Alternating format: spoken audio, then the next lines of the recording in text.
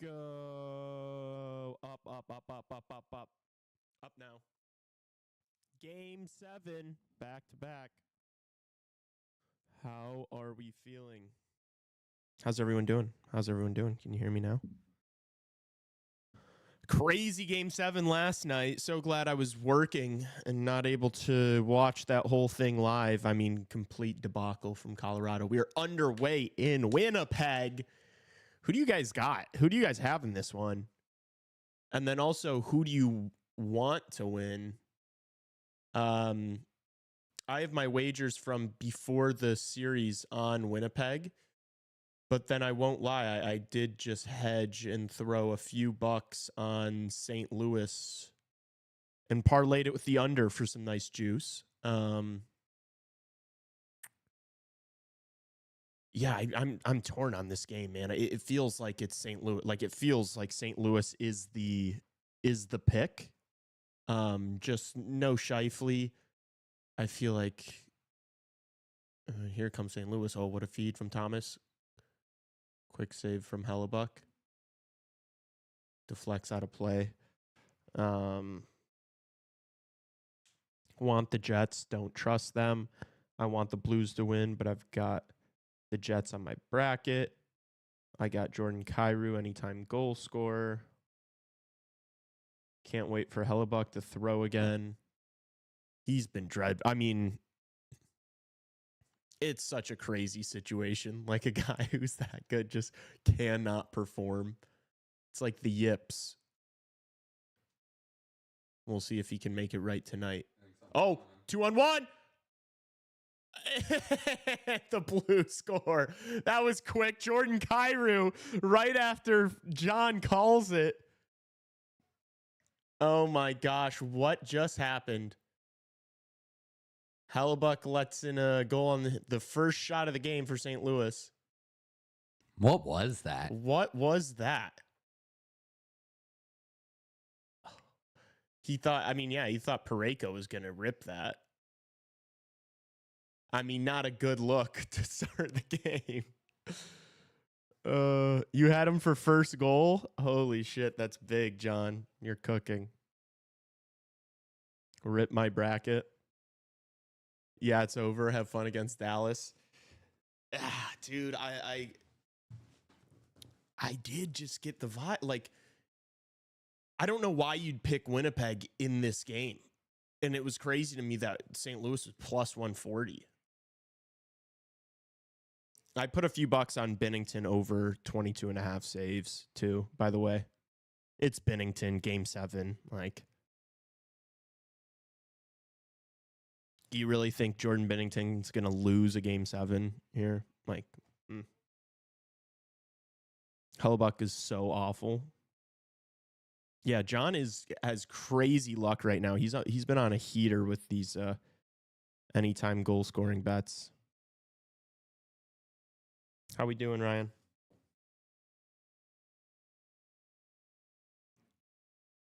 Nightmare start for Winnipeg. Shut that crowd up early, too. I mean, this Hellebuck thing is like, it's such a, oh my gosh, and he throws it away. He is so bad at playing the puck. I know Justin and I have commented on that before on the show, but God, he sucks at playing the puck. Living the dream. Binnington is actually clutch, unlike Hellebuck. Saw it in the Four Nations, yeah. Yeah, Binnington is like the opposite. He is literally the complete polar opposite to Connor Hellebuck. He's like an okay goalie that is just electric in the clutch and comes up and just like punches above his weight class. And then Connor Hellebuck is a tremendous, the best goalie in the world probably. But the guy just turns to dust when the lights get bright. So I think it's probably a smart thing to back the Blues in a game like this, but I don't know. I have a feeling we're gonna see more drama down the stretch here in this one.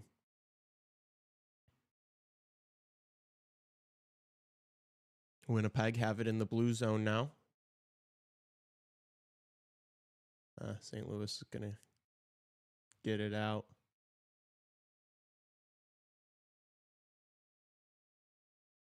Battle in the corner. Jets come up with it. Blues force a turnover there.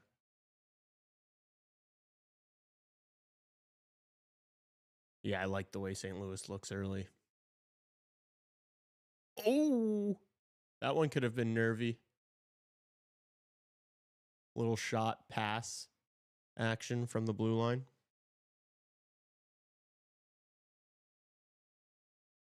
Binnington game 7. Look at 2019 versus Boston in the finals. Yeah, he's a different animal. I hate Jordan Binnington, but he is really good in the clutch. I don't know if I've ever seen such a decline from regular season to playoffs than Helly. It's genuinely wild.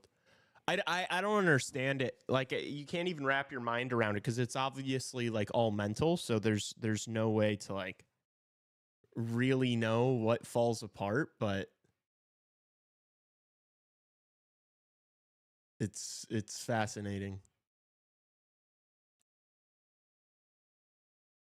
Still early though, so maybe he'll make a couple of big saves tonight, but definitely not a good start. Oh, they try to get that puck back to Connor. Oh, I thought Kyrou would be in on a break there.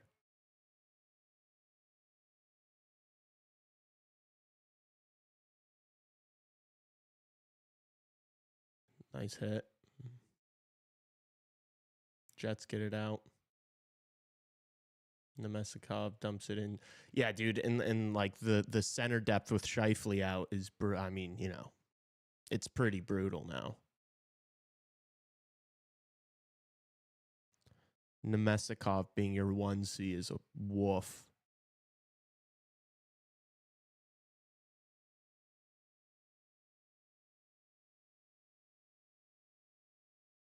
I just want to see drama. Like, dude, I'm so pissed I missed that one last night.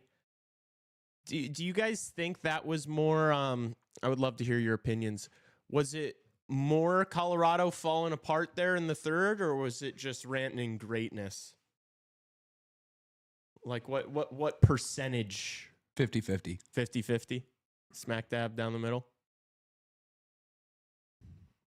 Would like to point out I was the only one in the office that had Dallas winning the series, even with the injuries. Called it. It's a good call. The only bracket guy. Yeah, the non-bracket guy is now talking about his bracket. Well, I mean, sometimes you gotta point to facts. Facts are facts, dude.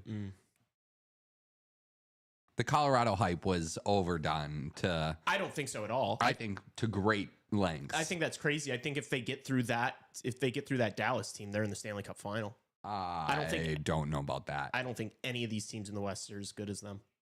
I mean, Dallas is better than them, clearly. Yeah, no, I'm not talking about Dallas, obviously. And I think Dallas is going to the Stanley Cup final. I don't. I think they're going to lose to Vegas. That's crazy. I don't even know if Vegas is going to get through Edmonton. Vegas is not that, like, especially if Hiskinen's back. Hiskinen's going to be back by the third round. They're going to beat Vegas. They're so much better than Vegas. Like, they've got better goaltending with Hiskinen. I honestly might like the defense is close. Vegas's defense is really good. Pretty sure you had Tampa when we both had Florida 2 can play at that game. No, that's fair. I did pick Tampa. Yeah. Tampa was the other one that, like, I think like 15 out of 16 Sportsnet people that they I saw like, one that was like Tampa. 20 of 26. Yeah, voted Tampa instead of Florida. Everybody took Tampa. I think a lot of it had to do with the injuries on Florida's side and not many people knowing how healthy they actually were. Yeah, I also think I thought Tampa was really good too. I thought they were. Johnny Laz looked me in my face and said that both teams are healthy. He thinks Tampa's a better team. Like, I think people got tricked by how Tampa played down the stretch at the end of the regular season and were like, yeah, this is the better team. Oh my gosh, shut up. Dude, is that their second shot of the game? Joseph just... Oh, no, okay. They've got 4. Oh, my gosh. It's brutal. It continues for Hellebuck. You can't make this up, man. You can't make this up. All of these Winnipeg fans are distraught. What am I watching? And Kyle Connor What a just brutal losing the puck. turnover. Can't give that one up. I mean, no, that's a softie. Oh my gosh, Tassos, what is this? It didn't even head off. No, it wasn't really a deflection. Like Morrissey got his. I mean, you don't really expect Kyle Connor to do that, but damn. Oh my gosh, what are we watching? I've never seen this before. He's a terrible goaltender in the play. He's genuinely horrible.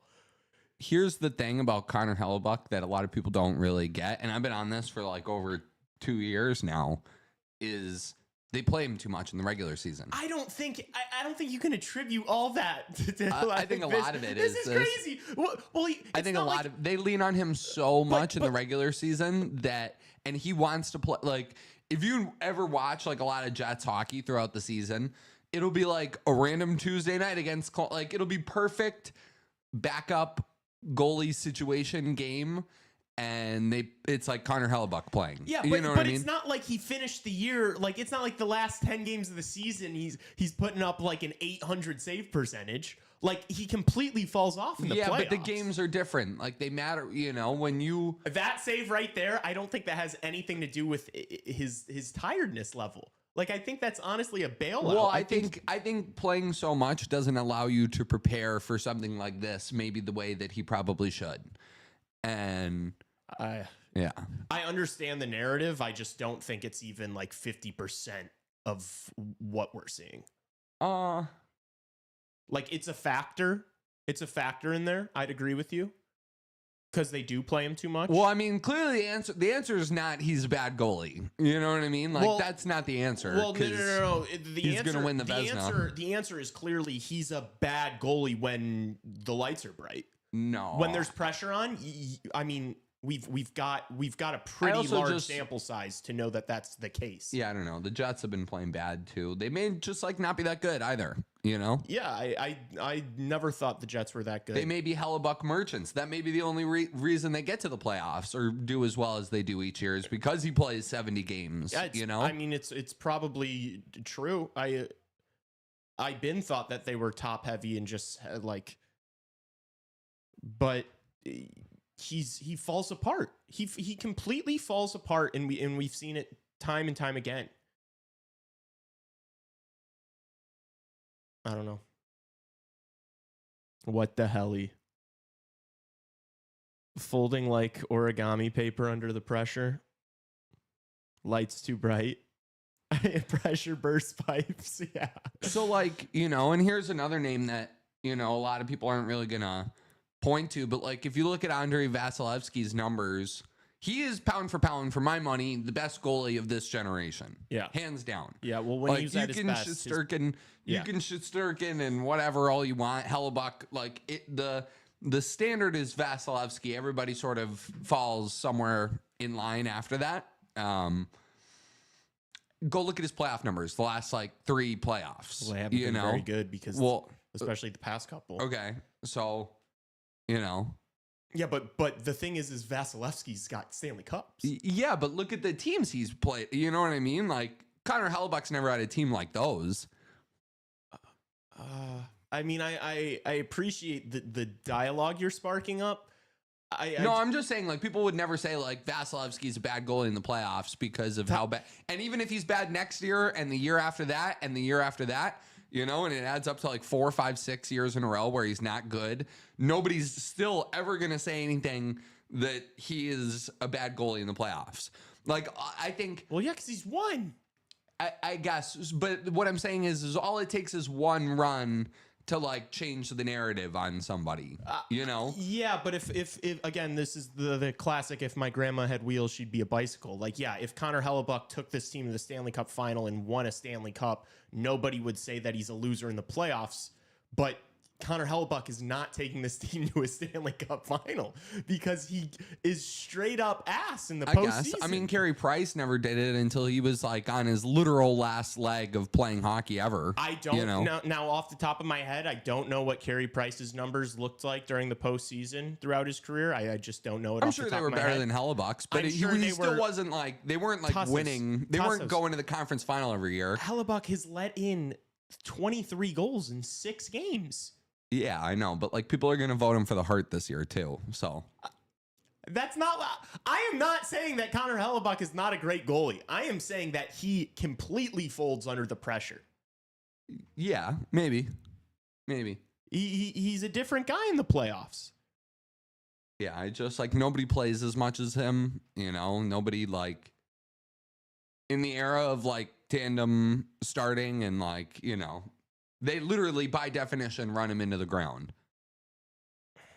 It's like a starting pitcher that like you play probably way more often than you should. And by the time the playoffs roll around, he gives you a couple of muffins and you're like, what happened? You were so good. So it's like, oh, we probably played you 25 to 30% more than we should have. What's the point of this though? Are we just supposed to shrug our shoulders and be like, oh, it's not Connor Hellebuck's fault? No, I think for him to like, I think a big part of team success, and I said this last year on my show a bunch, was, you know, you have to, let me make sure I get the clock. You have to probably make a decision that, you know, it's about winning and it's not really about, you know, 48 wins in the regular season and, you know, being the best regular season goalie. It is about, you know, it's almost like Austin Matthews, right? And like the Leafs and all that. It's like, oh, like when Austin Matthews is hunting down 70 goals or 60 goals or 50 goals, it becomes a focus of the team, right? And they like it takes away from the thing that you should actually be prepping for, which is the playoffs, right? This year, that's part of the reason why I like the Leafs' chances more than others is because there was no focus on that this year. If anything, it was more like Austin Matthews has not been himself, you know, even though he has been the last like 2 months, right?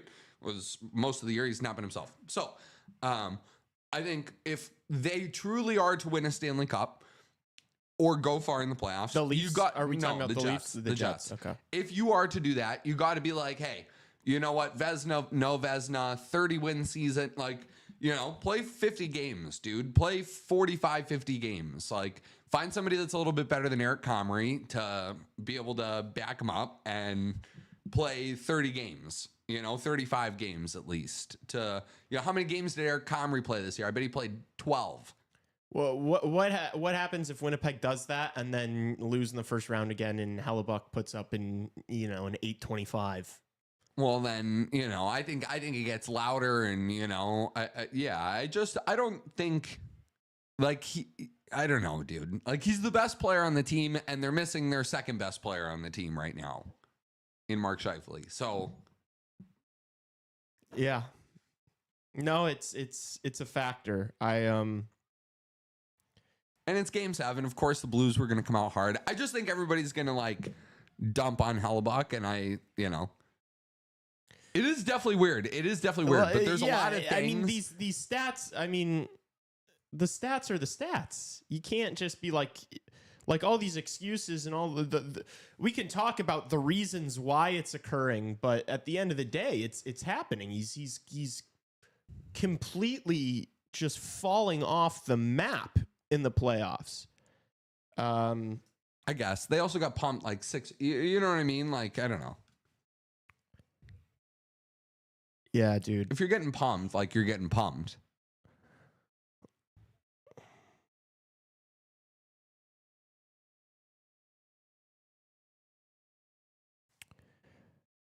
I guess he's a 902 in the postseason.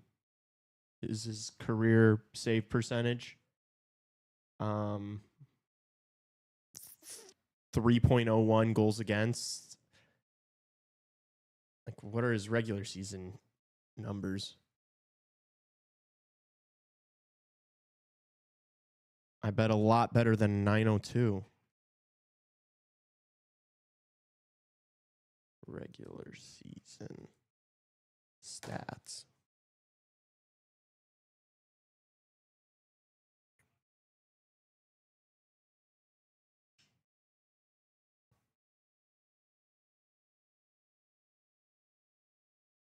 I like the I like Stat Muse. I don't know if anybody else uses Stat Muse. I like that they do the like funny little pictures.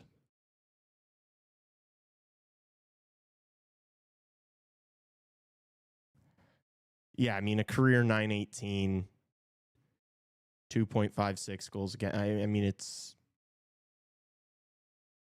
craziness. It's just wild.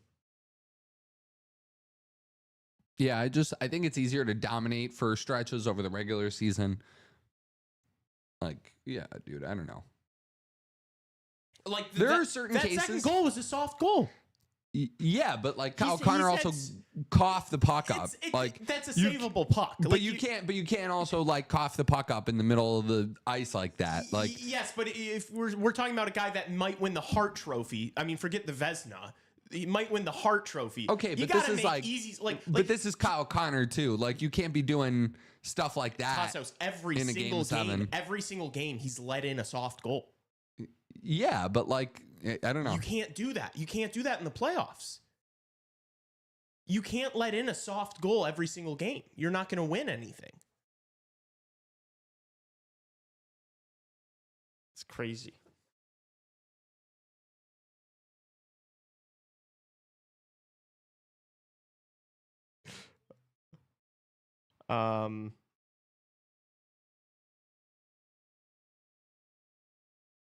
Yeah, so Elia just sent me Carey Price 43-45-0 postseason record, 239 goals against, 919 save percentage versus Hellebuck's 902 save percentage and 3.01 goals against. He said, arrest Tassos.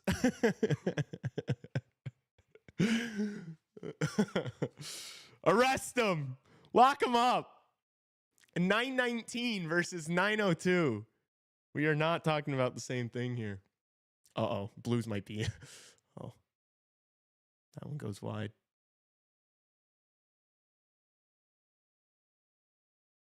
I mean, this building just has no energy.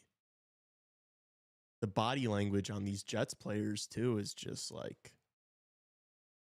not good. Lee winning an argument against Tassos before GTA 6. Okay. Crow won cups and showed up when it mattered. True. Connor Hellebuck is bad in the playoffs. Awesome take. Really, really outside the box creative thinking we got here in this office. Leafs choke in the playoffs, and so do Connor Hellebuck.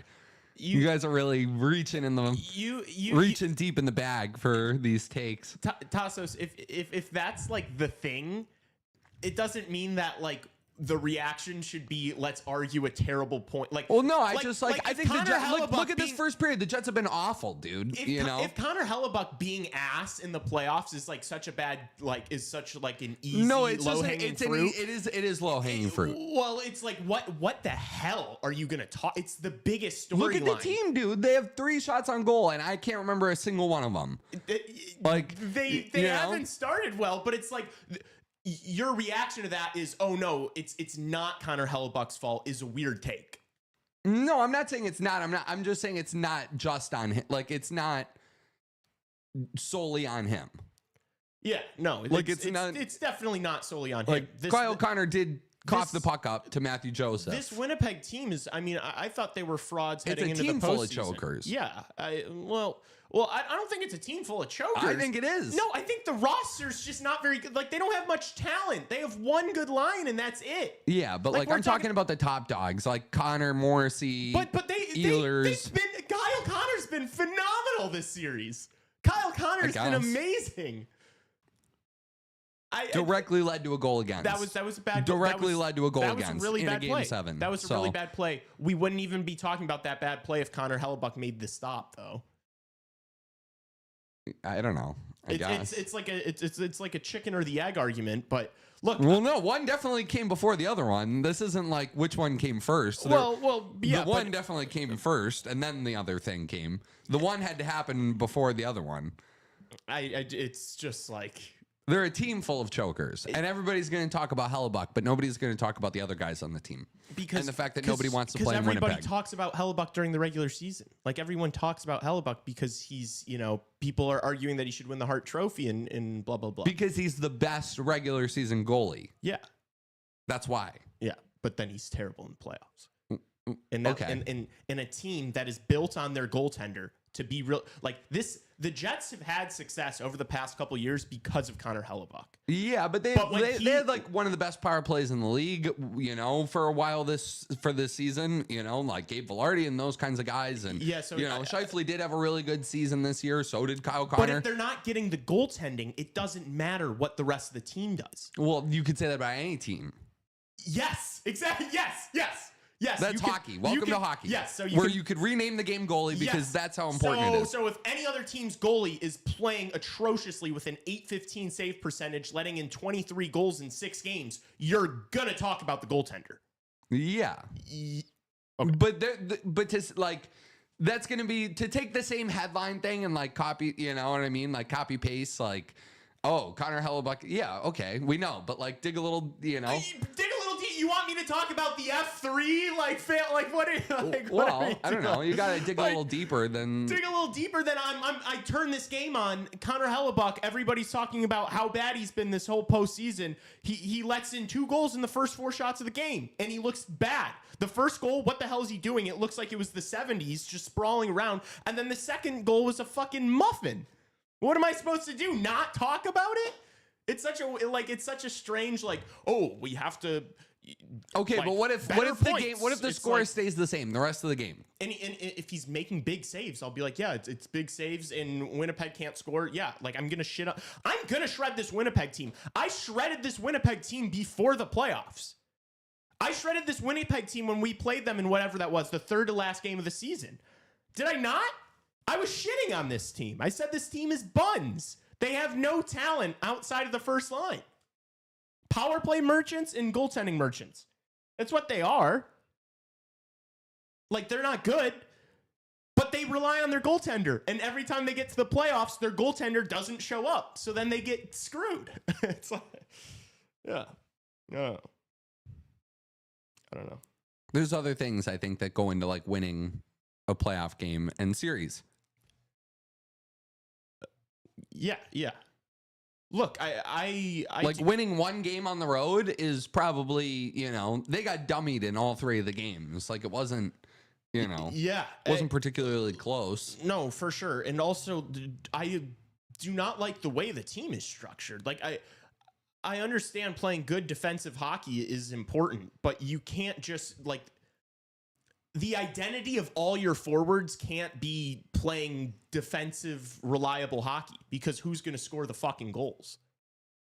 Well, I mean, clearly they haven't even chosen any sort of style of play so far. But also it's like the Jets are never going to be, the Jets will never be like insert good team with superstar players. Like nobody wants to go to Winnipeg. It's never going to be like their identity.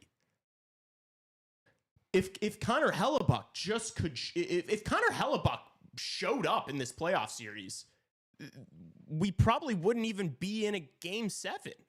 Like they would have won. So although I don't like the structure, they should be able to get through this series, but they can't because Hellebuck's been bad.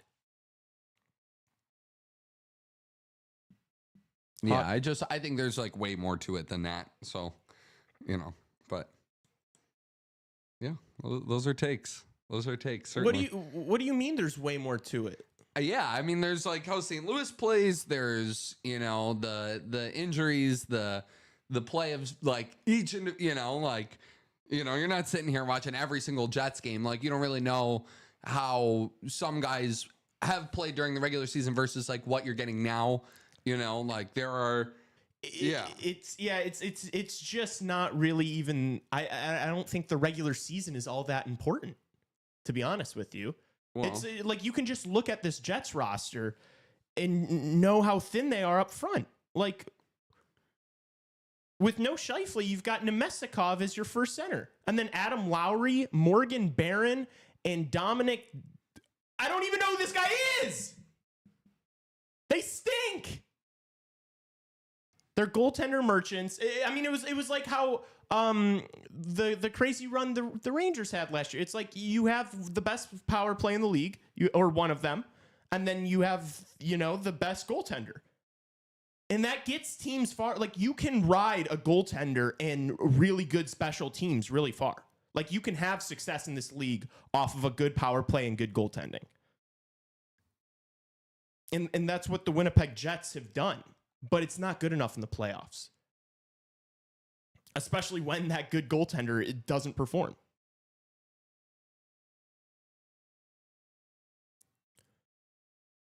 Like, it is more than that, but it's also not. Like, if Connor Hellebuck plays how he does during the regular season in this first round, we're not having this conversation right now because they're already through.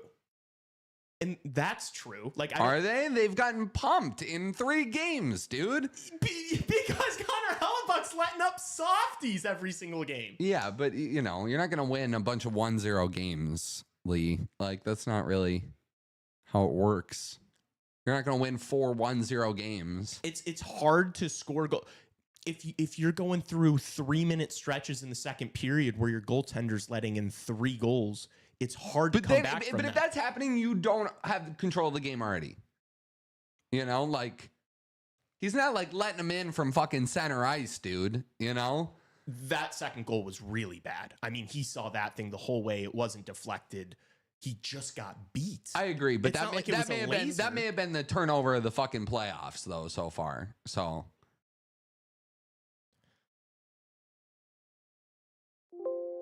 He's a pumpkin. You're getting heat. You're getting heat. Yeah, because we got a bunch of normies in the chat. What's up, Ronnie? Ronnie in the cut. All these guys that never played hockey and only watched the Chicago Blackhawks from 2010 to 2015. Bro is upset about this. No, argument. I think it's lazy. I think it's lazy. I think like what a bunch of like the clickbaity reporters from Bleacher Report and stuff like that, like that's going to be the first thing that you see when you open up Instagram is like a big graphic with do you know how this like thing works though? Yeah, no, I know. It's just it's more fun when you're able to do that on like, fresher takes and like, funnier, things. And I mean, if you want to be a fresh take merchant and talk about the fourth line of the Winnipeg Jets, but like, when they're legendary, potential future like the best goaltender in the world is putting up an 815 in the play. Like, if you want to talk about the fourth line and maybe talk about the breakout, how often is Kyle Connor going to get roasted for that turnover? Like, I don't know. Maybe there are some people that are going to like. I'm sure he will. Maybe a little bit, but probably not near the amount as Connor Hellebuck. That's all I'm saying. Yeah. The thing is, the difference between Kyle Connor and Connor Hellebuck is Kyle Connor has played very well and scored really big goals throughout the series. Whereas Connor Hellebuck doesn't score. He can't score goals. Well, yeah, but he can't stop them either.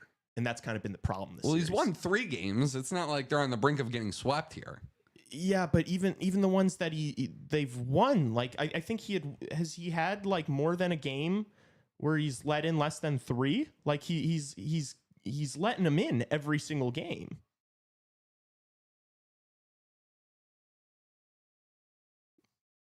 Game 2, he only gave up 1, but that was a low-scoring game. It was a 2-1 game. And then, then he lets in 7 on the road. Then he lets in 5. And then he comes back home, lets in 3 at home. They get the win, but he lets in 3. Like, if you're letting in 3+, that's just, like, baseline for goaltending. That's not good. Yeah, no, I know. I'm allowed to point out when takes are, exhausted. Well, he can't stop him. Tassos, it's not an exhausted take if it's happening right now before our very eyes. It's like, what? I don't know, man. It's like, oh, are you really going to keep talking about how good Connor McDavid is? It's like, yeah, because he's doing unbelievable shit every night. Of course I'm going to keep... should I not talk about how good Connor McDavid is anymore just because a bunch of other people have talked about how good Connor McDavid is? See, this is a strange argument. See, yeah. Grace, I agree with you, Tassos, if I'm understanding your point. Hell, he's been carrying the team and bailing them out all season. People still expect him to be bailing out all of their mistakes. Yeah. You can't, like there are other mistakes being made out there. You can't, when this is Instagram hockey. Like, this is what we're talking, this is when I say, when you open up Instagram and you see a goal, they don't generally show like 45 seconds before the goal. They're showing only 3 seconds before the goal. So you know what I mean? So do you guys think? So it's an Instagram hockey take. Do you guys think that these Winnipeg Jets players were not making mistakes throughout the regular season? Like it's easy, but 82 games over 7 games, things get more exposed in 7 games than they do over 82. Yes, we should expect that. He's been the best goalie in America. Shouldn't we expect greatness every night, especially in the playoffs? Yes, it's loser talk. That's what I'm saying. It's like, oh no, well, you know what? His guys haven't really been helping him out. Who cares? He's let in 23 goals in 6 games. Who gives a fuck what else is going on? This is supposed to be the best goaltender on the planet. Play like it. The goalies, hockey is not a game where goalies don't steal games anymore. Like, that's not really. It's not true. That is. It's 1,000% true. It is 1,000. Goalies don't steal games. They don't. Anymore? No. Goalies maybe steal a period. Goalies can maybe steal a period or two. Do you remember Game 1 of the Stanley Cup Finals last year? Which I'm just like Bobrovsky stole the game. Bobrovsky, let's go back and look what the I'm just saying, game that one. is like a thing of people who study hockey, that is a thing. Like, this is just. It is a thing that goaltenders don't steal games anymore. I'm telling you, they steal a period, they steal maybe 2, but very, very, very rarely does a goalie for 60 minutes plus steal an entire game. An entire game. Doesn't happen. So Game 1 last year, the Stanley Cup Final, the Florida Panthers won 3-0. Bobrovsky made 32 saves on 32 shots against that Edmonton Oilers offense. And I am being told goalies do not steal games 32 anymore. on 33? 32 on 32. Wow. 32 on 32. Oh, wow. He made 32 saves. Okay. Dude, I'm just telling you that, bro, you just hit me with 32 on 32. I'm talking about 50 for 50. Like, your team is getting caved in, and well, what are you saying? What kind of moving the goalpost? What was the score to that game? 3-0. Okay, 3-0. Cool. It wasn't 1-0. But there was an empty netter. I'm positive. Are you sure? It was 2-0 all game long. And I want to say. Yeah. And also, by the way, the Florida Panthers had 17 shots compared to the Oilers 32. Like the Oilers were the better team in Game 1. Sure. Sergei Bobrovsky stood on his head and stole the game. What were the shots in that game? 17-32 in favor of the Oilers. Okay. What, dude? These are I don't know. I just goalies steal playoff series all the time. I'll never forget Mike. I'll never forget 13 years ago when a goalie stole a playoff series. I'll never forget that 13 years ago. Bro, you just made what, dude? This is truth. You go goalies don't steal games anymore. They don't. And then I take you back to a game that a goalie stole at the highest level in the Stanley Cup Final. Not 13 years ago, not last year. And then you're like, that's not like a stolen game. What is it? What do you mean? It was a stolen game. They won 3-0. After that game, everyone was like, "Oh my gosh, Bobrovsky's going to win the Conn Smythe." Yeah, because of how well Conn Smythe isn't the NBA Finals MVP where it's just the finals. It's the whole playoffs. Yeah, but he wasn't that great. He wasn't outstanding. I know. was That's good. why I didn't. That's why I never But thought he he had. stole He the never game. had a shot at winning the MVP or the Conn Smythe. Well, yeah, if they wrapped it up in like game 4 or It 5. was always Connor McDavid's. No. If they, what are you talking about? If they wrapped it up in 4, It was Connor going to be McDavid another wasn't play. gonna get it. Yeah, I don't know. I thought it was going to be somebody else like Kachuk or somebody like that.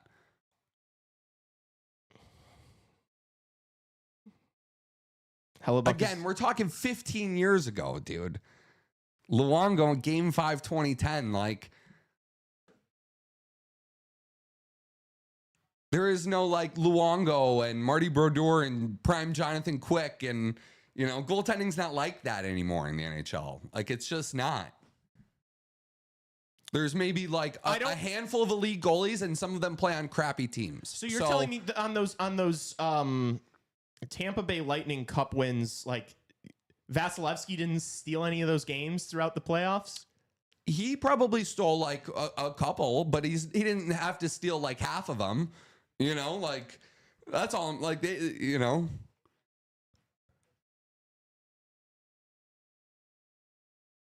I don't know.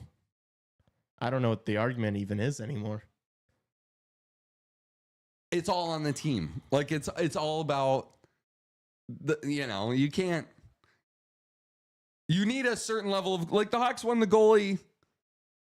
Or the Hawks won the cup with Anthony Niemi, dude. Like it happens. The Knights won the cup with Aiden Hill. Like these are not like Hall of Fame level goalies. Like these are just like guys who gave average efforts. Yeah, but I don't know what point you're making that you can win without the best goalie in the world. Like, yeah, that's true. No, I'm. My whole point was this is a lazy take about like Hellebuyck, like where you have to look at other things when you evaluate the Jets, and if they lose this game, like if there's a conversation tomorrow on tomorrow's show and 95% of it's Connor Hellebuyck, you probably missed the boat a little bit. Like you probably. I don't know. There are other reasons why outside of now, like It's a strange take. I won't lie. Yeah, I don't know. Strange. It's like the team's clearly the team's best player being horrible. Why would you talk about that for so long? Well, no, I know, but like if they win this game, then like it doesn't matter, right? Like, yeah, that's what I said. You know what I mean? Like, even if they come back and they win this game 7-6, does it matter? No, not really. Unless he goes out and does it again, and then they get pumped by Dallas in the second round. I guess, or they score 7 goals every game, and you know what I mean? Like, I don't know. Yeah, that's not going to happen. No, of course it's not. But yeah, I don't understand. Like, it's a lot about winning, and the goaltender has the most impact on winning, but also like the least because he can't score him himself, like he can't. That's why they don't make goalies captains, because what's a goalie supposed to say to a player? Like I just don't know like why. I don't think your defense of Connor Hellebuyck is nearly as good of an argument as you think it is. No, I understand the fact that there are very few elite goalies in the NHL, like elite. There's the Russian guy, the Russian 4, Shesterkin, Sorokin, Vasilevsky, Bobrovsky. There is Connor Hellebuyck. And then, after that, we're kind of looking at, maybe hopefully if for the United States, like Jake Ottinger and Jeremy Swayman are those level of guys. But like Swayman was pretty bad this year. Ottinger hasn't really figured out how to put it all together yet. I'm getting Dustin Wolf in here, but that's like a guy who's played 1 season in the NHL. Like, gotta do it for a few seasons, really, before you're top 5, top 7 in the, and you're considered among the great. So I don't know. Calling, what is the take about Connor Hellebuyck stinking gonna do? You know what I mean? Well, who's better? Like, what are we gonna say? Like, Tassos, okay, dude. So like, maybe they should have played Eric Comrie for 7 games and they would have won. This is a great baseball analogy. Aaron Judge is the perfect example. He's one of the best, one of the best regular season hitters ever. But then he never shows up in the playoffs. And it's like, what are you going to do? Not talk about it? Or what are you going to say? Oh, the Yankees rely way too much on Aaron Judge throughout the season, and he doesn't have anything left for the post. Like, are you going to give him a cop out? Like, why are you making excuse? Like, what's the point of making the excuse? I don't understand. Yeah. So I don't know. I don't know. There's just because, yeah, I don't know, man. I don't know. I think tearing down arguably one of the best goalies of this generation is like, I don't know. I think it's lazy. That's all. I'm allowed to have that opinion. Right, I'll stop talking about Connor Hellebuck if he lets in. Talk about Nikolai Ehlers. Nikolai Ehlers is stunk, dude. Like, stunk out loud. Nikolai Ehlers, I think this is he was hurt. This was his first game of the series, or his second. Yeah. What are we talking about? It was second. He hasn't played. Yeah, I know, but he stunk out loud last game, and he didn't even notice him in this one. Well, it was his first game back. He's been injured. We can't be doing Nikolai Ehlers talk, who missed games 1 through 5. What? We can't do Nikolai Ehlers talk after missing 5 games of the 7-game series. Yeah, but that's a guy who needed to like come in and prove it anyways in the playoffs. Like, that's not like a guy that you looked at as a consistent playoff performer before this anyways. You know? Nikolai Ehlers? Yeah. He hasn't played. He's been injured. How many minutes did he even play in game 6?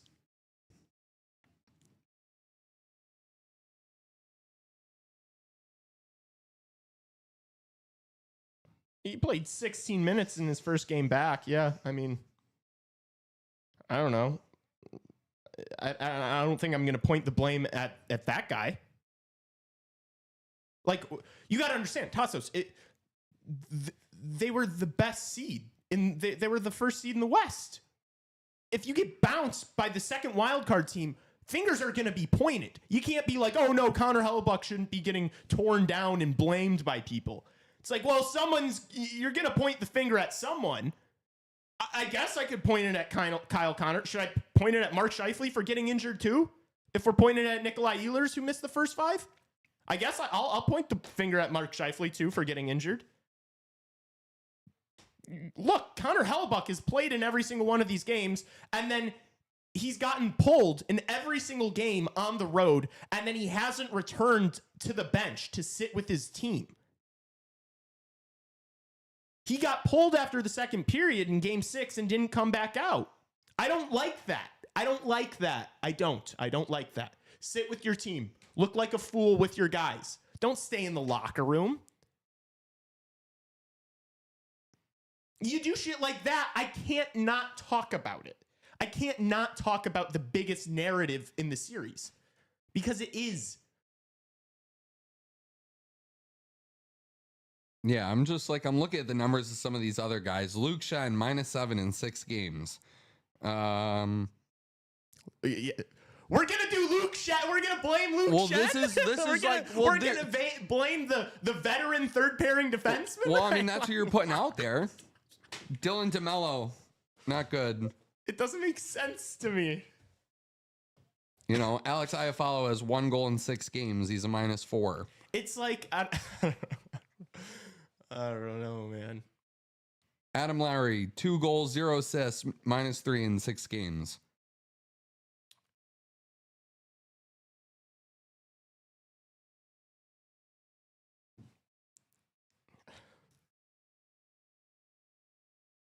We shouldn't worry Cole about Perfetti, hurting 1 Hellebuck's goal, 2 feelings. assists, 3 points in 6 games, -4.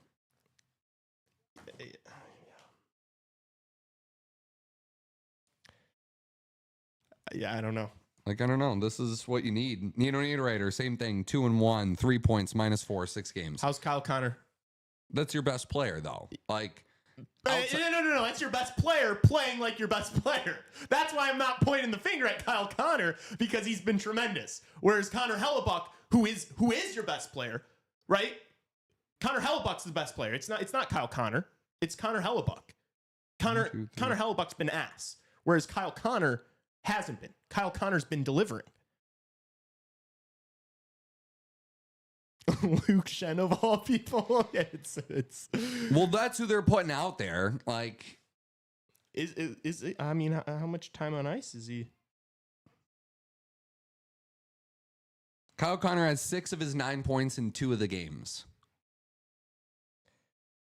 Yeah, I mean, so First one, game 1, which they won pretty easily. So they didn't win game 1 easily. Game 1 was it was back and forth. But they pulled away. They pulled away at the nervy, and then they closed well. The team closed well. It wasn't the team closed very well because that was the same day that the Capitals blew their 2-0 lead, and then it went to overtime and Ovi won it. And I was shitting on them for that, and then I was glazing the way that the Winnipeg Kyle Connor Jets doesn't do anything after that turnover in this game, I would not say he had a good series. Or I would say he had an okay series. I wouldn't say he had a bad or whatever, but okay, but you this is game 7. You have to do something. You're Kyle Connor. You still say that Connor Hellebuck had a bad series. Yeah. Yeah, so that's what I'm doing. Yeah, I guess, but like, and you're like, no, it's on other guys. It's on Luke Shen, who's been playing 15 you know who's minutes faulted a night. It's freaking Kevin Shovel day-offs and Scott Arnie. Like, you have to have a management and a coaching staff that does sit Connor Hellebuck down and say, hey, like you're only playing 50 games this year. Like, I don't really care. You're signed here for 8 years. If we want you to play 50 games, you're going to play 50 games. Yeah, I'm sure a lot of that, like, and it's like, you said it yourself. Connor Hellebuck wants to play. He wants to play all the time. So what? You're crumbling when it gets that's on Connor Hellebuck too, though. Yeah, that's why I said 25 minutes ago that he has to get to a point where he comes to that decision himself and says, "Hey, I want to dedicate everything I can to winning in the playoffs." So I'm comfortable resting. This whole argument, like, it still comes back to Connor Hellebuck, though. Yeah, but it's a different conversation than, he's a muffin and he stinks and like he can't like. No, it's deeper than that. It is deeper than that.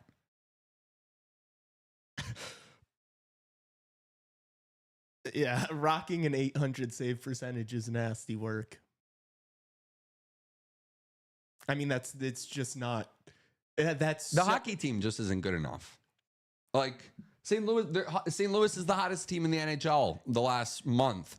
Yeah, but like Tassos, like the Blackhawks are. This was probably the upset. If most people were picking upsets in the first round, which I don't think we've had, Florida really being the only like technical upset in the standings, right? Yeah. Or Kings Oilers, I guess, too. But this was like the upset that everybody pointed to was like, oh, this is probably the one. Like, I know dumbasses were picking like Ottawa over the Leafs and, the Habs over the Capitals, but like nobody was actually. Yeah, not me. Nobody seriously was like actually doing that stuff. But this was one where you were like, oh, like St. Louis could definitely. Yeah, because everybody knows how Connor Hellebuck performs in the play. The 800 save percentage is so inexcusable. I don't care how bad the team has played in front of him, Tassos. You could not go through a 6-game stretch of Spencer Knight. I guess you're just going to lose going to lose the games different ways. Take 6 games from Spencer Knight. This he was never an 800 save percentage is crazy. Like, it's so bad. Tassos, they won the President's Trophy. What do you mean they're not good enough? No. Tassos, that's not. Tassos Tassos, guys, Tassos is right. The Winnipeg Jets fucking suck. You're completely wrong about like this weird defending Connor Hellebuck angle. No, I think your takes are lazy. That's all. I think you are surface level. You're trying to be so much smarter than everyone else that it's just kind of like giving you this elitist mentality. No, you're right. You're right. Like, let's keep saying the Vezina Trophy winner is bad on air. Let's keep doing that. I'm not saying he's bad. I'm saying he's bad in the postseason. I'm saying he's bad when the lights are bright. I've got quite a substantial amount of evidence to go off of. I mean, it's not a small sample size anymore. We see it every year. It's not an L take. It's not an L take, dude. Okay, watch. They're gonna score 0 or 1 goal in this game, and the true best goalies are able to succeed regardless of the situation. Helly should be a goalie who wins you series, but he's not. There's a reason me and Lee had no confidence in this team. Goalies don't win you series anymore. Like, that's not a thing. They can. man. It's not a Vasilevsky's thing. done it. It's not, no, he Bobrovsky's hasn't. done it. Yes. Bobrovsky hasn't won him a series. Go through each game. You think Vasilevsky hasn't won Tampa a series? That's crazy work. Maybe a game or two in a series, but not a whole series. Like, dude, come on, bro. You're just going off of, oh, he must have. Like go through their 2 Stanley Cups runs. You don't know either. You're just saying I'm saying he probably hasn't. He probably did not steal them a series. No. He probably did not steal them a series. 4 wins. You're telling me he stole 4 games out of 7? No. I'm sorry. He might have stolen 1 or 2, but I'm sure other wins in those series, if you steal 2 games in a series where you need to win 4, you're going to say that the guy won you the series. Yeah, I mean, I guess you're going to look at like other parts of it too, though. You're going to look at like, I don't know. 2 wins isn't 2. You know, you got to win 4, man. You got to win 4. Yeah, I think that if Connor Hellebuck plays better in this series, the Winnipeg Jets win 4, and we're not having this conversation. But he doesn't play well because he's... I guess, but you wouldn't say he stole the series, you know? No, definitely not. That's never been what I'm arguing. He's just played so bad.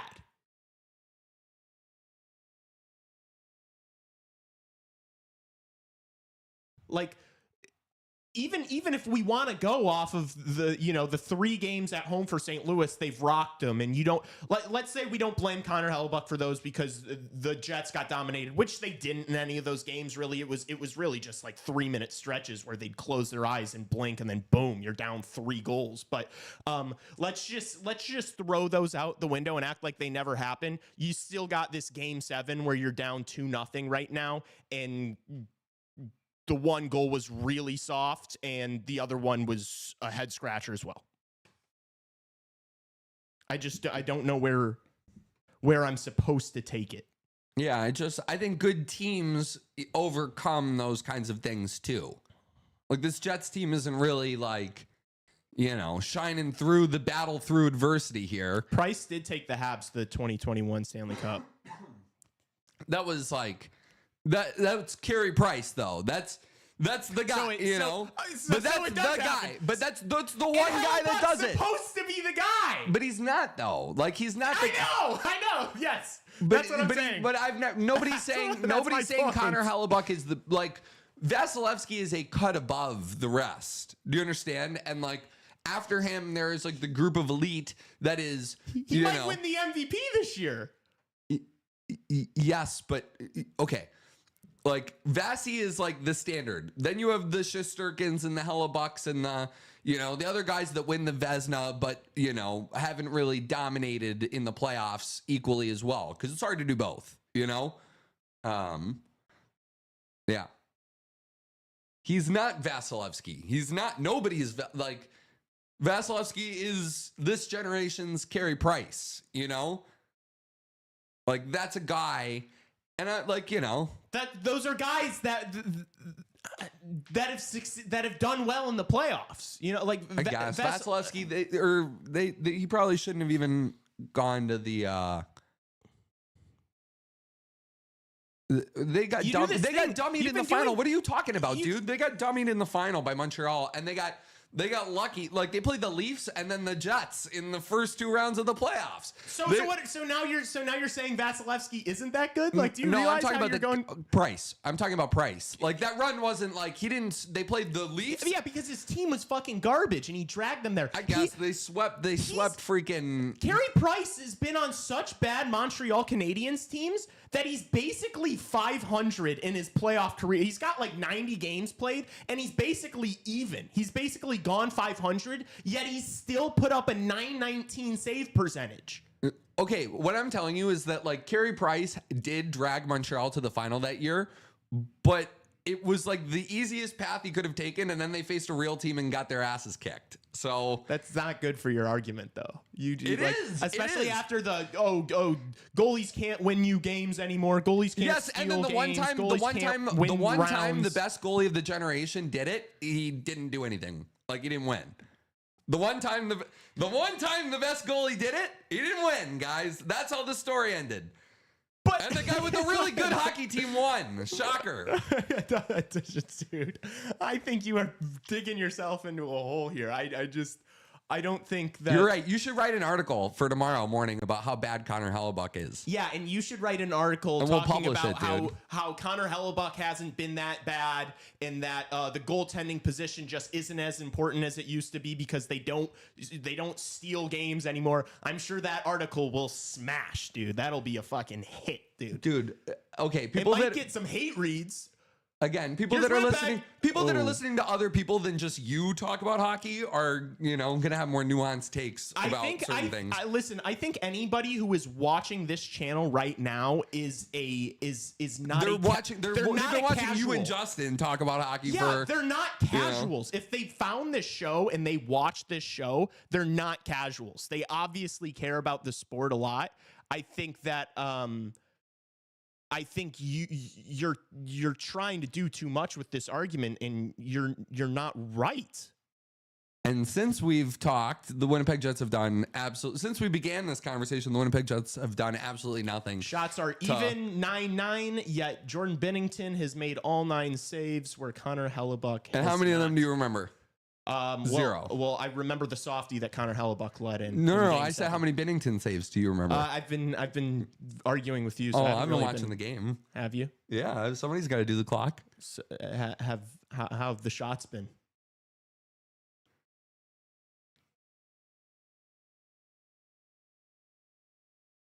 Well, Elia, you're a casual. Nobody else in here is a casual.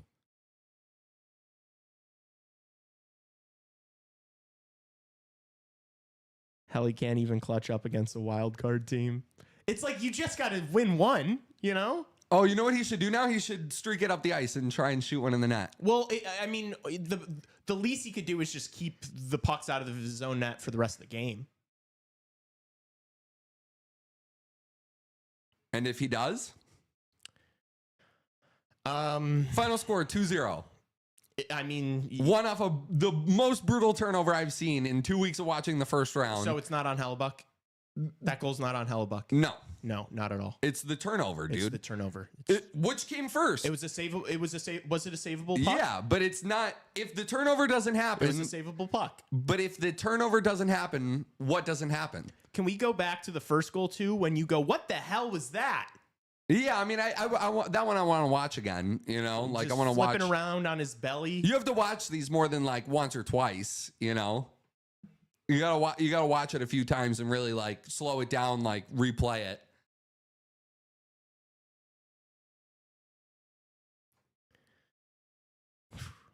I mean, even that game 5 at home that they won, he let in that insane softie from Snuggerud that was just like a fucking outdoor rink beer league goal.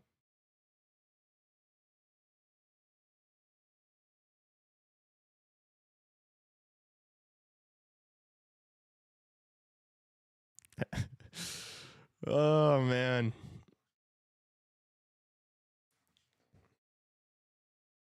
Oh, geez, chat.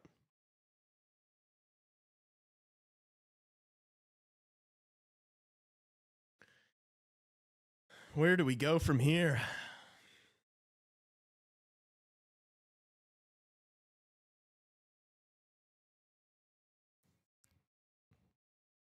Let's see if our Winnipeg Jets can get something going offensively.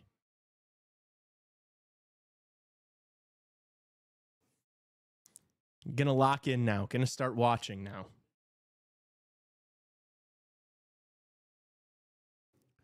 All right. See just how dominant these Winnipeg Jets have been. Yeah.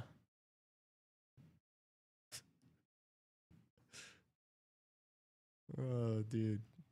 You think you won this argument, don't you? No, I know I did, but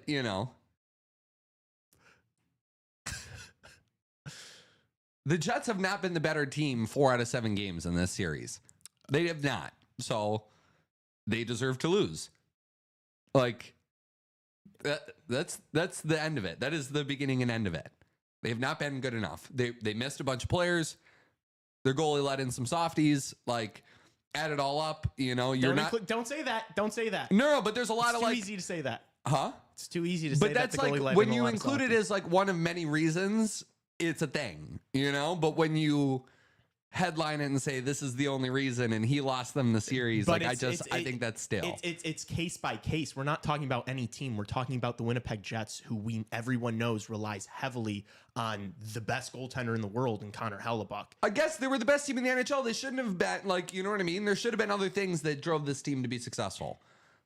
There should have been other things. And I think there were during the regular season.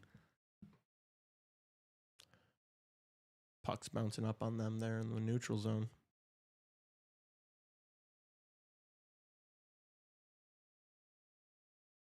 Oh. Mesikov with a really good chance. Puts it just wide. It's probably one you got to put in the net. Well, that's probably one you gotta. That's probably one you gotta shoot in, bro. I want to watch that back, but that's probably one you gotta shoot in. I'm sorry, dude. Yeah, probably. That's the most memorable chance I've seen. Yeah, in then it's 35 minutes. Then it's 2-1. Like you're 2-1 with half the game left. He has like an 800 save percentage. It's he's the best player on the team and he's been atrocious. That'd be like if Connor McDavid put up 3 points in the first round against the Kings and then they lost in 7. And then you'd be like, you can't just blame McDavid. You got to blame, like, come on, Connor Brown needs to be doing better. Like, did you see that performance from Evander Kane, who's been injured all year? Like, come on. But you need those things to win. Connor Brown had 3 points in the... Yeah, but Connor McDavid also has 11 points in 6 games or whatever it is. They were dead. You called them dead. On this stream, you did a whole monologue about how dead the Oilers were, only to watch them rip off whatever 2 or 3 straight, and then they won the series. Yeah, but McDavid and Draisaitl have been unbelievable the entire time. I guess, but like Connor Brown did have a 3-point game. Evander Kane did score a big goal for them. I thought the Oilers were dead not because McDavid and Draisaitl weren't playing well. They're superstars. They're big players. Were showing up in the big moments. But just I'm telling you that you need all of it to win. You need all of it to win. Yes, but when the big players aren't doing it, that's who you're going to talk about because they're the ones that are making millions and millions and millions of dollars. Yeah, I guess. If my best I'm just thinking about it from the perspective of my team. Like, if the Blackhawks made it to the why does everybody talk about Connor Bedard? Like, hey, it's more than just Connor Bedard. Like, the Blackhawks team is shit. But it's like everyone still talks about Bedard being better. Like, if the Blackhawks made it to the playoffs tomorrow, but what do you say about people? What do you say about people that say Connor Bedard is bad? What do you say about those people that have those takes? Well, so first, what do you say? What do you say? I say he's. You say they don't watch the games, and that's a lazy take. I say that he's not that bad. You say, but about people who say that, you say it's a lazy take and that they don't watch the games. Yeah. Okay. Exactly what I'm saying. But I'm watching these games, and I'm watching. That's the thing. But you could watch one. You could watch one of Connor Bedard's games, like Biz does, and point out all those things. One, not 6. Not 6. I haven't just watched one Connor Hellebuck game. I haven't. Okay. You could look at 6 Connor Bedard games and say the same thing. The same thing happened last year. You could look at 6 Connor Bedard games and say the same thing. Connor Bedard's 19 But if you watch all of them... But here's the point I was originally trying to make is if the Blackhawks are to make it to the postseason next year, and then Connor Bedard and Frank Nazar play like completely different players in the postseason, you can't just be like, oh, well, it's the rest of the team should have been better. It's like, no, you're going to talk about the big players because that's what you do in sports. It's all about the superstars. Save it for Monday. I don't know how this conversation is going to go any different on Monday. He's just going to be trying to bail out Connor Hellebuck. And it's I also again, I go back to the point, I have shit on this Winnipeg Jets team repeatedly. I haven't just talked about Connor Hellebuck. Tassos is making it seem like Connor Hellebuck was the only thing I talked about. No, I'm just saying that that's what everybody's going to do. And I just I already see it. And that's what everybody's going to do. There are writers that in my head, I think of as those kinds of writers. I tell you off camera who those writers are in my head, or of just writers that are in the hockey sphere that just you know, they make these like lists, you know, and they don't know what they're talking about. Like, you know, they'll make these claims, they'll make these statements, and they have no idea what they're talking Do you think about, like right? Jeff Merrick is going to be like, you know, Connor Hellebuck was actually pretty good in this series? Well, I don't know what he's going to say. I don't know. All the reporters and writers that you respect are still going to talk about how bad Connor Hellebuck's been in the postseason. Yeah, I know. I just think there are like some people that are going to like make that the only thing. And then there are people that are going to make it like one of a list of things that is really the problem in Winnipeg. That's the strangest thing is like I've never just made it about Connor Hellebuck. Like I've talked about how this team doesn't move me because they have nothing outside of one good scoring line. Like I've said that. So it's not like I'm doing that. I'm just also being critical of Connor Hellebuck because he's been straight up ass. Yeah, I just don't want us to be the lazy narrative guys. Not everything is a lazy narrative. No, I didn't say everything was a lazy narrative. Like you can't. It's. There are things that are lazy narratives. I mean, that's maybe the first time I've ever said those words out loud to you. I don't know. It's just like if there's one glaring big story that's clearly a big reason why a team is losing, it's so weird to be like, oh, that's not it. It's not just that. It's like, yes, obviously that's not just it, but that's a pretty big obvious one. Jets the Peeper, let's go. Led the NHL this season in power play time. Their power play is now 10 percentage points under where it was during the regular season. I'm sure that's probably a part of it. Yeah. Not as much. I'd argue maybe not as much as the goaltending. Especially if you didn't score. Especially if you don't score on this. You don't score on this, then it becomes an even bigger concern. This is about as much score as it gets. There you go. Let's go, Perfetti! Roll the tape back.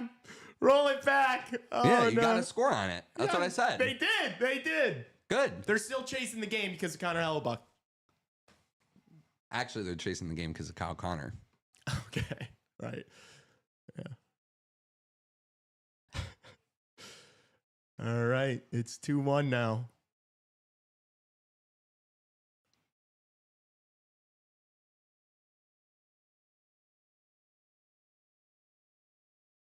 That was a sweet goal. Assist from Kyle Connor, who is delivered, and I mean, he's been the catalyst for every single game they've won. It's gone directly through him every single time. Good. If they're going to win this game, that's how they're going to do it. You're going to get goals from Lowry and Velarde, and it's not going to be Kyle Connor with a hat trick tonight, clearly. I mean, he just got the assist.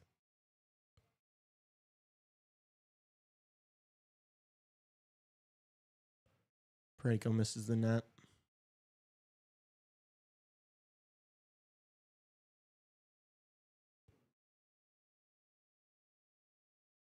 St. Louis just dumps it in. Go for a change. Here's Winnipeg. And that one's just flipped into Binner's glove. 7:36 left in the second. Should be a tie game if not for Hellebuck. Lazy.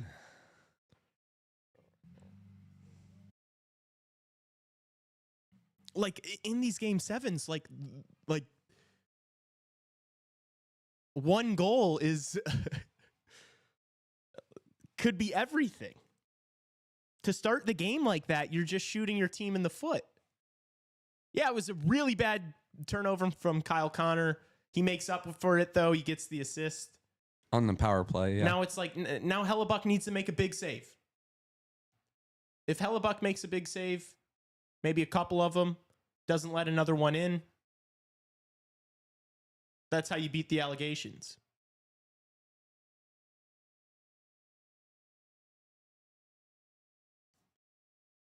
Helly is allowed to make a save in the same breath. Yes, the defense does need to be better in front of him, and the offense can be better. All three of these things can be true.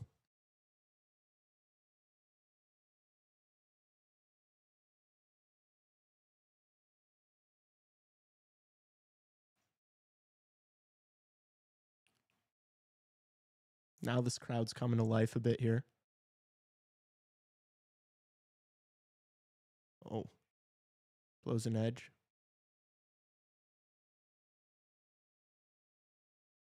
Torchenko. I mean, is that guy 6'8"? What a monster.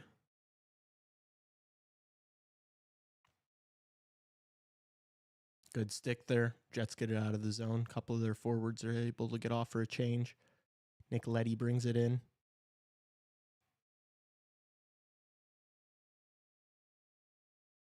Blues keep it in. Bouncing one, hits Hellebuck.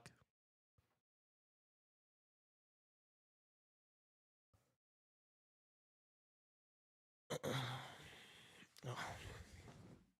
Second chat.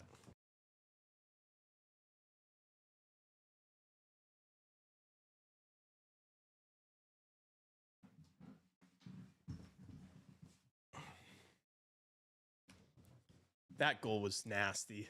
What a redirection.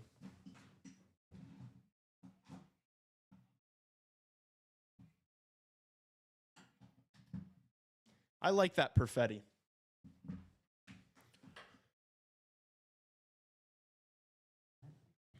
It was about time for him to do something. I think he scored in Game 6. Where they lost by 5? Yeah, but that's not like all. That's not all on him. They scored 3 goals quickly.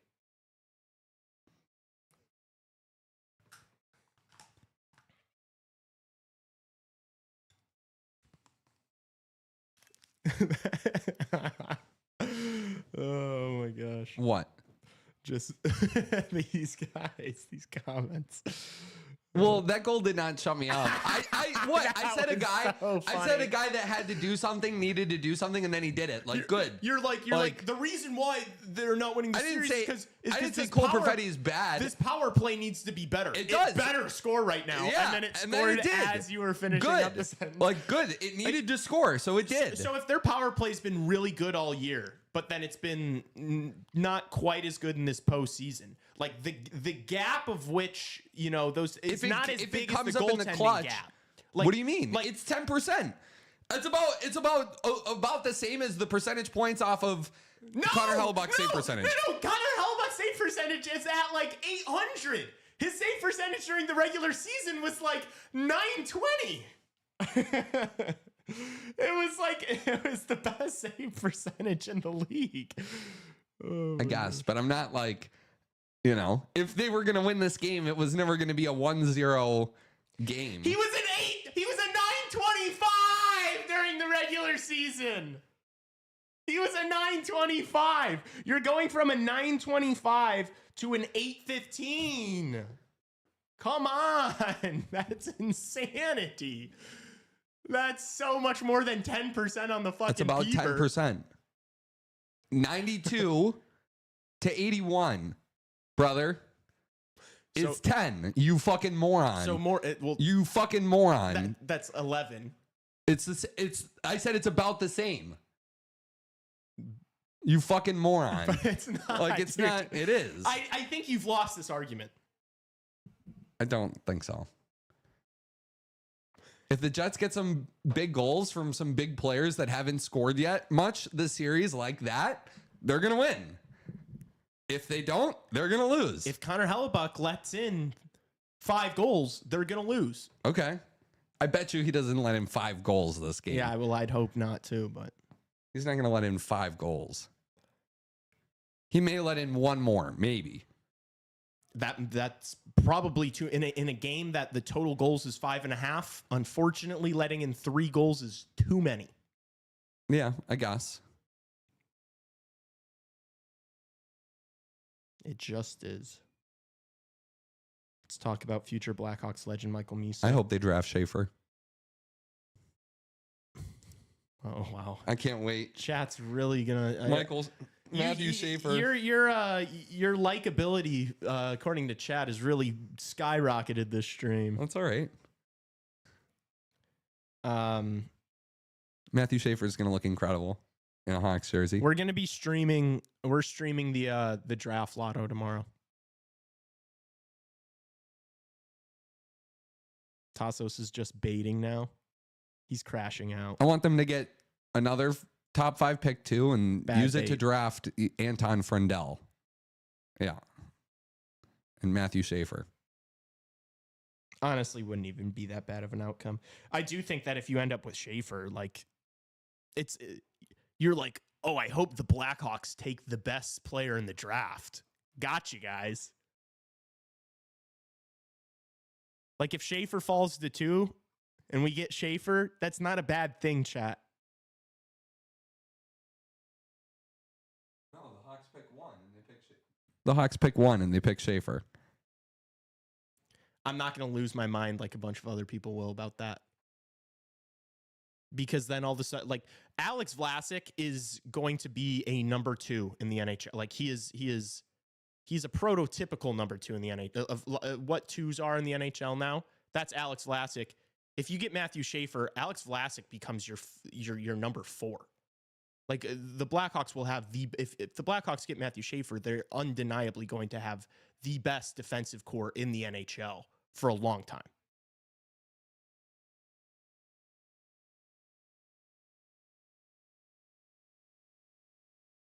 We're getting baited by saying we're going to get the first overall pick and take the most highly touted prospect. That's the bait right now. Well, no, because that's not what you want. So it's not what you want. That's all. It's like the second best option. Well, yeah, but it's not. Good bait would be like fall to 4 and take fucking James Higgins. I think James Higgins is going to be pretty good, actually. But yeah.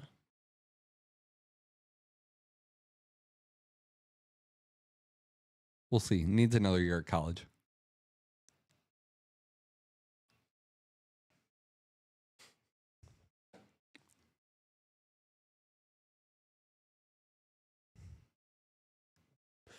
All right, here comes Winnipeg. Kyle Connor. Ooh. Good save from Binner.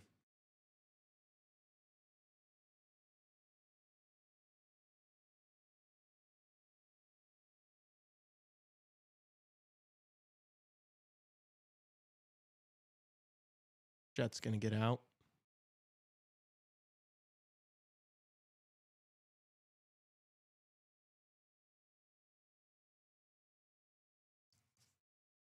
St. Louis sends it in. Joseph makes a play in the corner.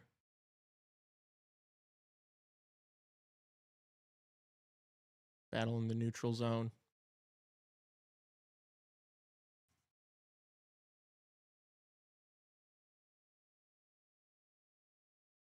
Is Tassos drunk? I don't know. No. Oh! Is that Joseph missing the net?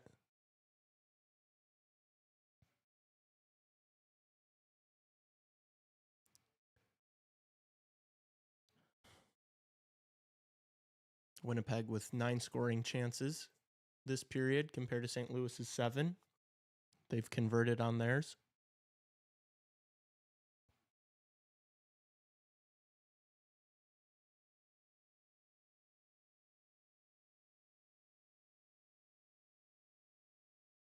Whoa. Big hit in the corner on Neighbors.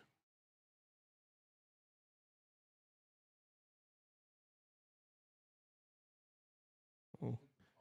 Yeah, bad play from Tanev there. St. Louis tries to throw it to the front of the net, but it just goes all the way back to their own zone. Icing here on St. Louis. 1:27 left in the second. 2-1. St. Louis.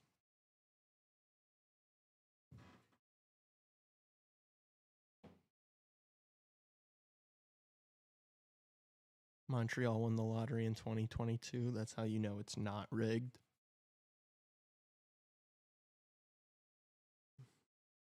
Christian is a tinfoil hat merchant.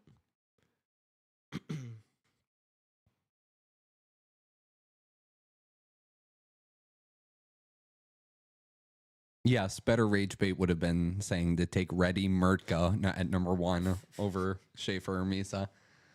I don't know if that would have been better bait. I hope they draft Blake Fiddler, number 1. The fiddler. The fiddler on the roof. Any guy projected to go like 25, 30 right now. I don't want any guy named Fiddler.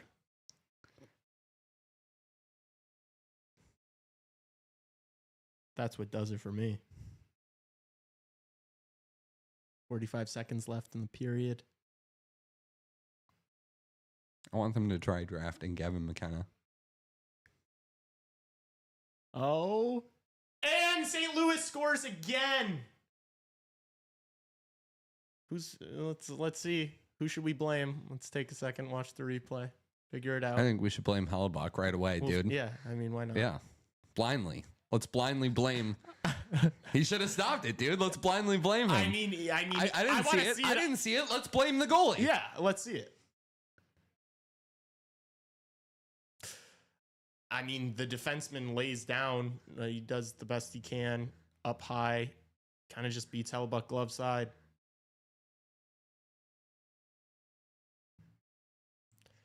Foxa.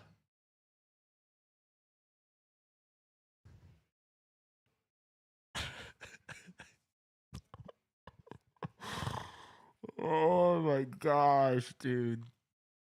Yeah, that was all Hellebuck's fault. He stinks. It was a good shot. It was a good shot. No, he should have had it, man. It's kind of a bomb. Yeah. How do you think about? How do you feel about 3 goals on 16 shots? I think they should have started Eric Comrie all 7 games of the series. Yeah, maybe they'd be better off. They might have swapped him, dude. Who knows? Possibly.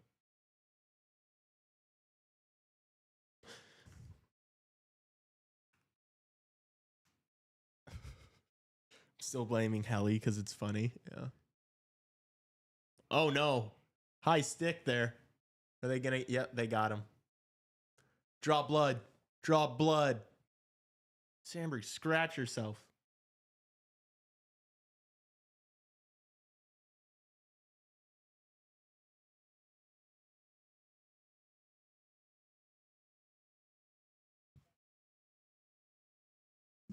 Oh, I don't really know. I don't know these high sticking rules like that. Yeah, I guess it kind of bounced his stick, like bounced off the ice. That's so weird.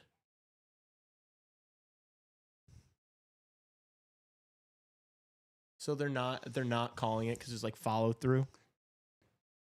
Well, yeah, that sentence should have just read, "I don't even know puck," and then that's all. Everything else he didn't really need. Best player in the world at his position gets beat glove side in Game 7 at home. Yeah, because the saves are definitely different at home and versus on the road. Well, I mean, the idea is that you perform better at home. Yeah.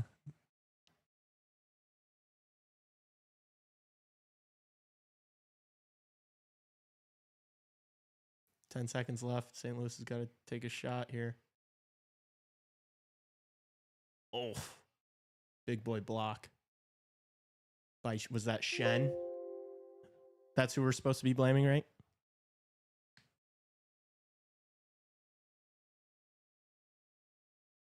I don't know. All I think is we shouldn't watch it again and evaluate it further and just blindly say Connor Hellebuck was to blame for it. Yeah, let's not use stats at all. Let's not watch. Let's not look at the statistics. Let's not watch Tassos hockey. is not a big statistic guy, right? He just does not care. All right. Yeah. 7-game series, an 800 save percentage. He can't be asked. Let's not watch it back. It's not important to him. Tassos still mad. Like, let it go, man. Okay. Or I can tell you guys to get better takes. I need these guys to be good podcasters, not just average ones. Oh my gosh. Sometimes you're wrong. Like, you're not right 100% of the time, unfortunately. You're right, dude. We'll get I'll send you all the articles that are written tomorrow about it. Saying the same points that I am. Some will be more detailed about how they're analyzing the play of Connor Hellebuck. And others will be very not detailed about it. And it'll be, a big article on, on Bleacher. And I'll tell you right now. And they will put it out there and, it'll be Connor Hellebuck, whatever, something stupid. What about when a good writer also talks about Connor Hellebuck? Because obviously every single person who's Well, I want to read, this like, I want to read, series yeah, is I gonna want talk to about read, Connor Hellebuck. yeah, I want to read what they have to say about it, They're going to say that he didn't, like, nobody's going to have a take that Connor Hellebuck has actually played well in this series, just so you know. No, one's gonna, like, not to play spoiler not even here. I'm not having that take, Okay. like, I don't have that take. Well, you kind of were like, oh, it's not on him. Like, your knee-jerk reaction was like, it's not really on him.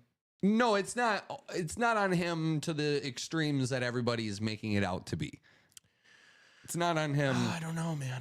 I just it isn't. Like, don't get like and again, I'm saying it for the third time. I feel like this argument. I have been very critical of this Winnipeg Jets team, not including Connor Hellebuck. Like the way they're structured, I just don't like it. But well, that's but that's not on the guy. But also, that's not on the goalie. But also, if your Vezina winning goaltender plays up to the standard that you would expect from him, you'd probably win the series. Maybe. I don't know, dude. You still got shelled in a bunch of these games. Like, has Connor Hellebuck looked like a Vezina caliber goaltender in this game? No. It's game 7. It's pretty important. Yeah. Yeah, I don't know.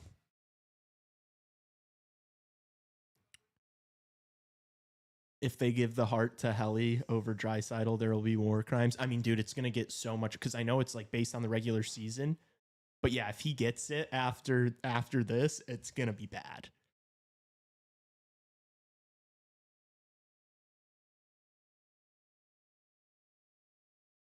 It's wild to go from a season 925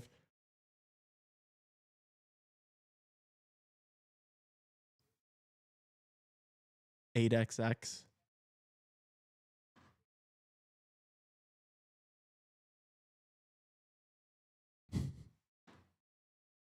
Yeah, dude. Well, also, what's the percentage tonight? It's 3 goals on 17 shots.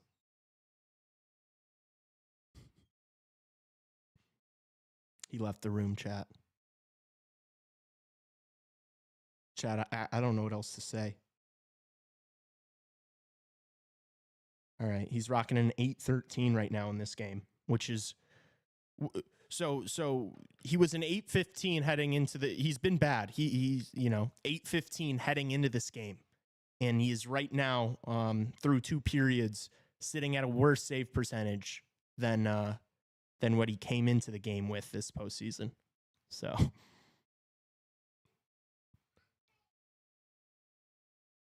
hope the U.S. start Otter, not Helly, in the Olympics. It's almost like getting there to the point where it's like, maybe this guy would be better. Maybe Ottinger, I thought Ottinger's looked really good through the first round. It's not like he was playing bums. It's not like he wasn't, getting peppered by, the best player in the world.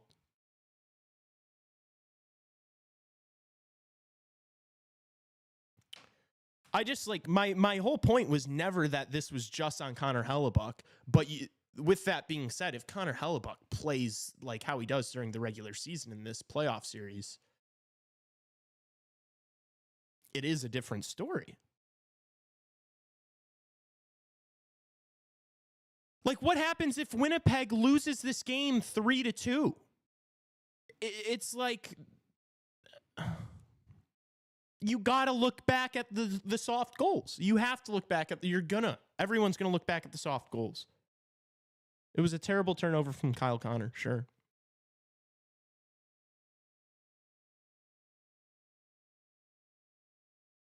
But you need the saves. You need the saves, dude.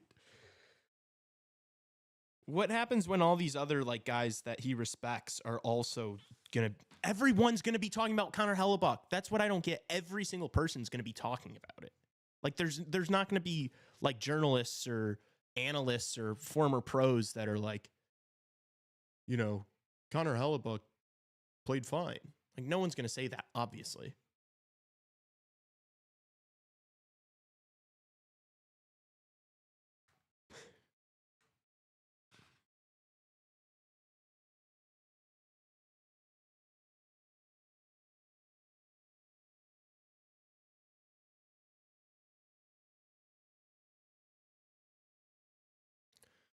Big third period. I mean, do you guys think there's a chance Winnipeg gets back into this? Like the coming back from a multi-goal deficit is like not their thing. You know, it hasn't been their thing. They're the team that gets the early lead, and then you rely on your defense and goaltending. That's how they've won games.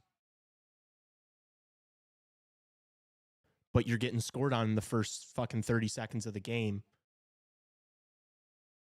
Your goalie's squirming around like a fucking fish out of water.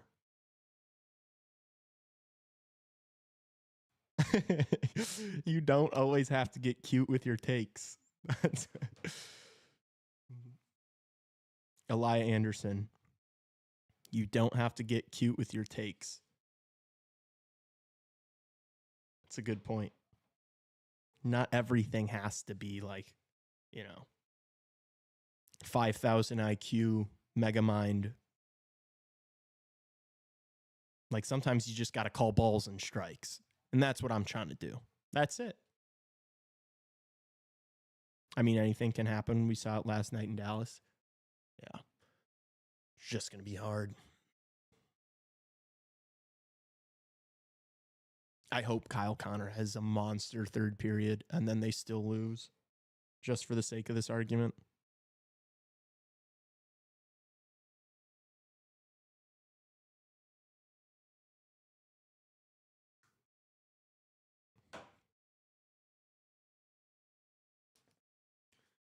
I am excited to have this conversation tomorrow, too.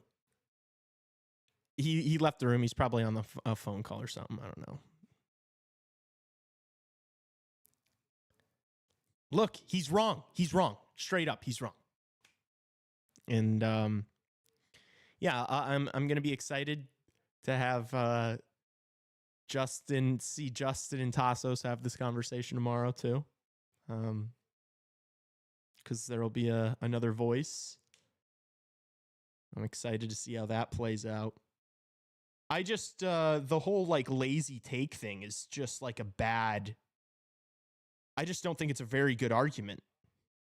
Because you could say that, then I can say that about any sort of headline, you know?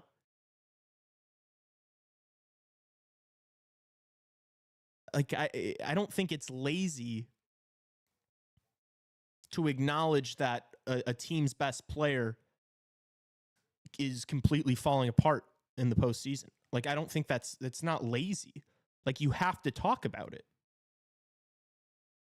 Because let's say there's three major factors to the Jets not having success. And like if the Jets end up losing this game and losing the series, let's say there's like three big factors. Connor Hellebuyck playing like absolute dog shit is obviously one of those factors. And I would argue the biggest of the three. So am I supposed to just not talk about it because it's obvious?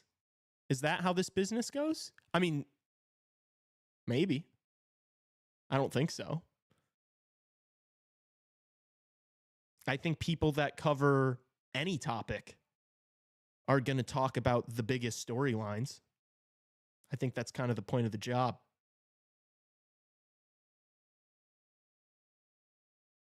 Yeah, that is... Penguin, that is kind of like that's kind of what I took from it, at least, because I don't know. I genuinely don't know what the argument really truly was. But the vibe I got was that like goalies just aren't that important. Like that is basically what he was arguing.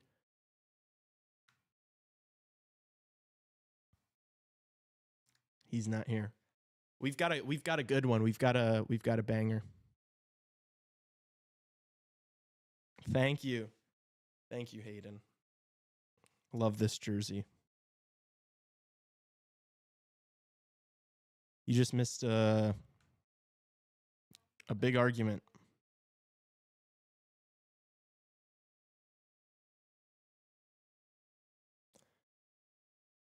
And I cannot wait.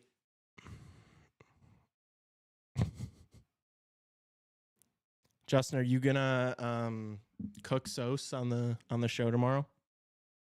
Uh-oh. Oh, jeez. Moving on, moving on. Keep it going, chat.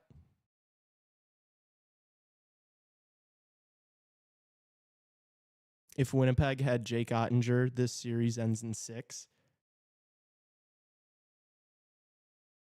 Damn. Oh.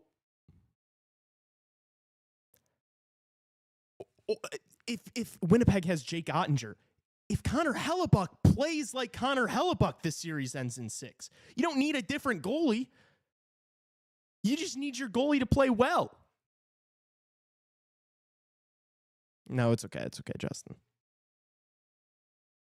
I've kept it on the DL. Stop, Ryan. Gosh, Hayden, get out of this chat now. It's going to get, yeah. These guys are degenerates. In a year where we saying goodbye to one of the best goaltenders of the past 2 decades, too, is crazy. Yeah.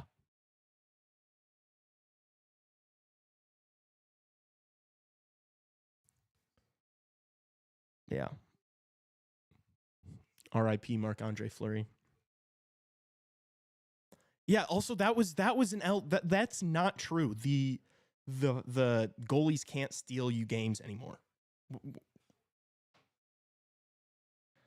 I just don't know where that came from. I guess that's something I should Google.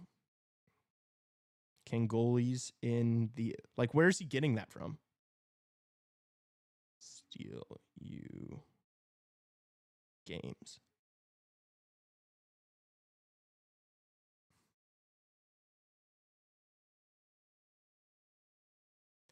Yeah. Grace. Yeah, exactly. I think it was coming from a point of he didn't want me talking about doing like a lazy take. But it's not everything has to be so cute. Just saw a stat that Helly has saved 1 for 11 high glove shots during the series. Really?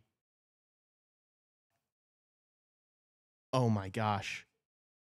Frederick Carlson. I feel like there's like 3 guys named Frederick Carlson in the NHL, by the way. Oh my gosh, that's a stat that I'm going to have to bring up once Tassos comes back.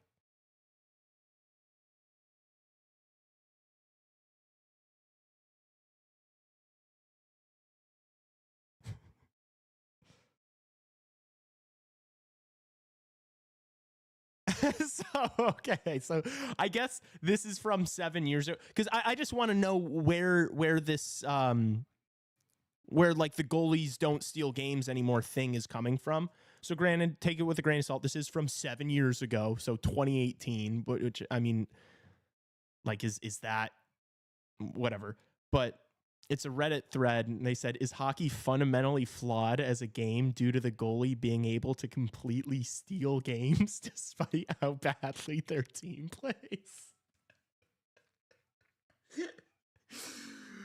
It's the first thing that comes up. Can we just move on? It's just, see, for me, though, the chat, for me, this is the problem. And Tassos is the same way. But we're so argumentative that, like, I would so much rather just stick in the knot. I will argue this for a week if I have to. I will, like, I can't just let things go. It's too hard for me. It's a character flaw.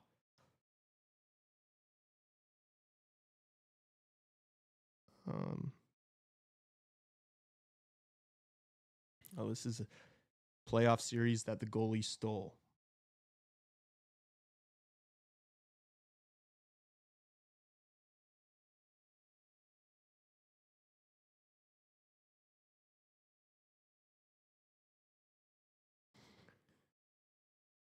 Shesterkin in 2022, the Penguins had a +11 expected goal differential over the Rangers. Yeah, that's crazy. That's a that's a series. That's a series. Where else are you getting this content? Exactly. Wasn't it said that night stole his first game as a Hawk? It was. It was said.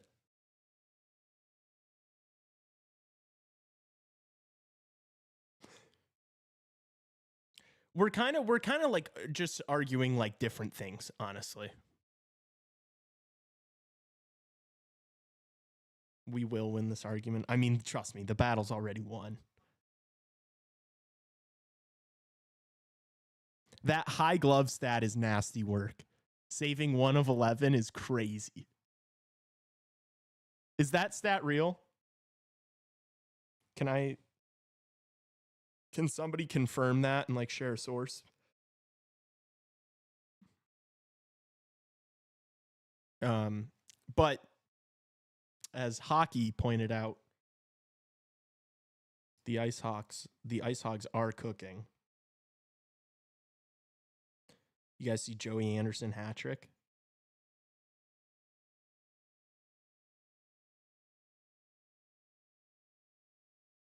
Also, you know what we should start doing is I mean, this argument has just become the only talking point of this live stream, that we really have not talked about that fucking Dallas Stars Mikko Rantanen game last night. I mean, I also wish he was like, because he got asked in like post game interviews like if he feels like this is like revenge, and he's just like too like nice of a guy.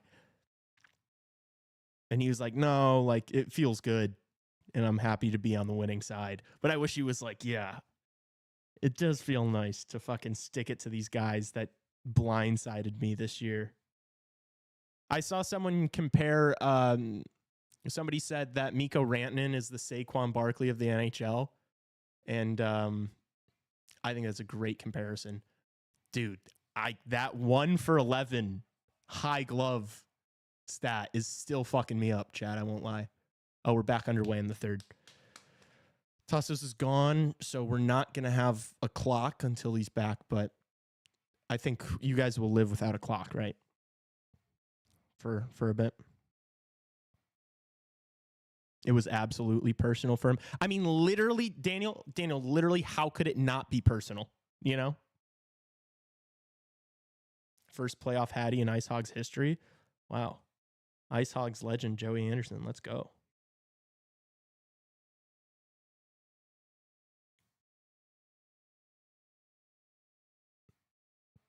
I'm surprised that happened too.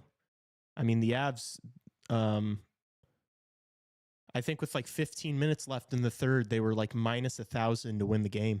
I mean, it was a complete and utter, I mean, they completely collapsed. They really did. And then it was individual brilliance from Mikko Rantanen, and that's the game. That's the series. That's how it goes sometimes, you know, and especially through the first 4 games, it was tied 2-2, and Dallas had only been leading for a minute. Like, that's just the playoffs sometimes. I don't think Dallas looked like the better team throughout that series. But that's why we watch, baby. That's why we love this shit. It's because sometimes teams can just pull series. Also, Harley playing as much as he did that entire series is nuts.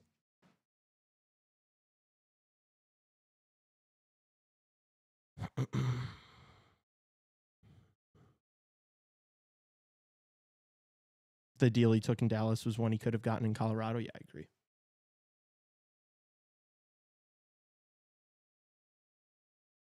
Uh-oh. Turnover. Oh, Winnipeg gets it back. They've got a mountain to climb here.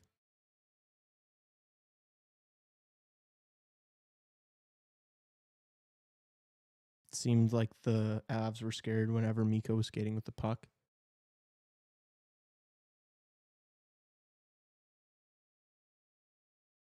Yeah, he was a man on a mission.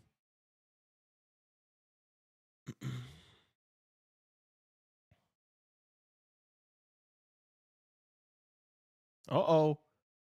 Oh, I thought that was going to squeeze in under the pad. Probably got to have a better shot there.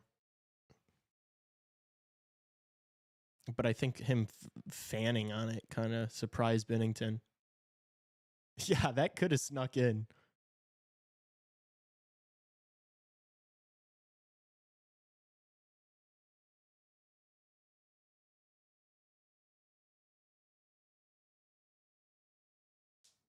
You were on your feet celebrating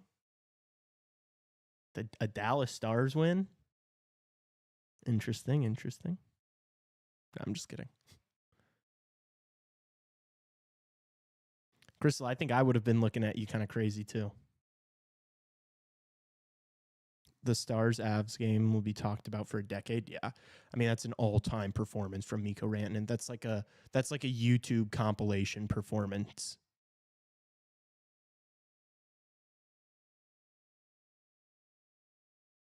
Like biggest revenge performances. Like there's so many YouTube compilations like that. That fucking Rantanen performance is going to be in all of those. Dallas double agent in the house. Yeah, they will be.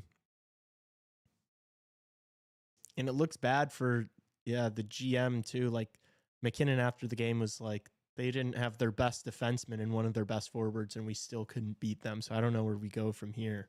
It's like, oof. And the Avs have like no future assets. Like they have no early picks in the next couple drafts. They don't have much cap space at all. They're not going to be able to like re-sign Nelson, I'd imagine. So they're going to be worse next year than they were this year. Not to say that they can't like still win a Stanley Cup, because obviously they've got a couple of players you might have heard of before that's going to, give them an opportunity to win any series against any team. But it's just like, this is probably the best it's going to look. And you lose in the first round. Granted, I know you get matched up with Dallas in the first round and that sucks, but it's like, that's the playoff format. Like Dallas isn't going anywhere. Like you're going to have to play Dallas again, most likely. So I don't know. Troubling times in Colorado.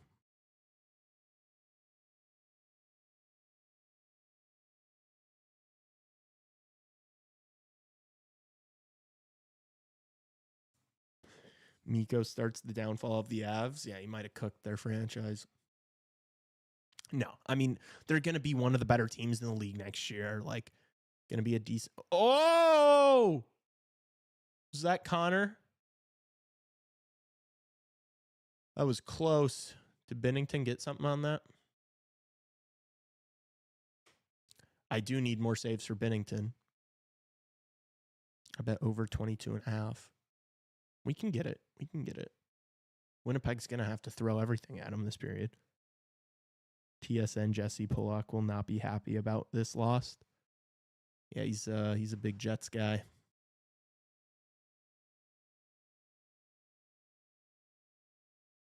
He's been coping. He was like talking about the Shen hit on Scheifele and like suspension and stuff, and it's like, dude, do you really think Braden Shen getting suspended is like... Oh, so good save from Connor Hellebuyck there. They don't look like the same team without Scheifele, though. Yeah, it's a big loss. But I think he was whining about like the lack of suspension and stuff. And it's like, dude, like, what are you doing right now? And then he was talking about the Scheifele hit on Evans and how he got suspended for that. And it's like, well, yeah, because he tried to commit murder on that play. Like, I'll follow. Ooh, good save, Binnington. Oh, the second chance opportunity somehow stays out from Lowry. I'm going to have to see that again. Did Broberg just save a goal?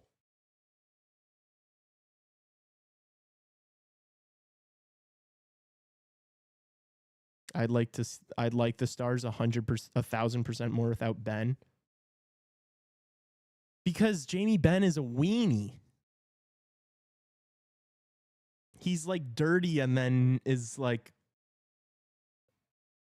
I don't hate Jamie Benn because he's just kind of like a rat. Like I respect rats, but he's just a weenie. That's all. Rubs people the wrong way. I understand it.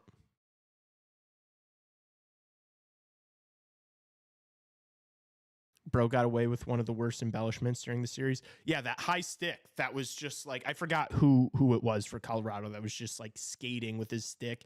And then Ben walks right into it and acts like he got shot. He's a Mark Stone type. Yeah.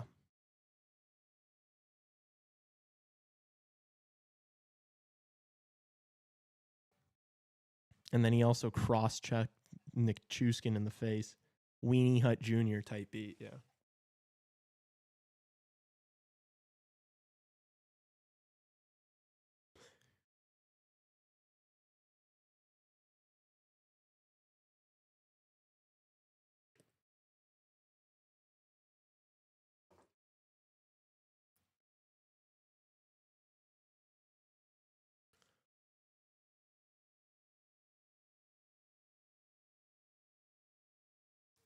Yeah, I think that's what people don't like about him, Penguin. I think that's what rubs people the wrong. It's the same reason why people hate like a Brad Marchand or a Matthew Tkachuk or you know, maybe a little different, but like agitators like that are always going to be hated, you know.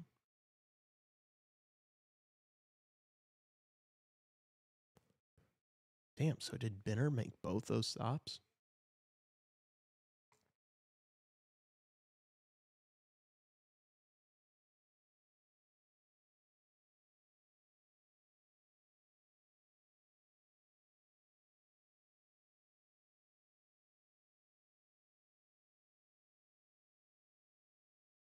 "13 minutes to work with here for Winnipeg."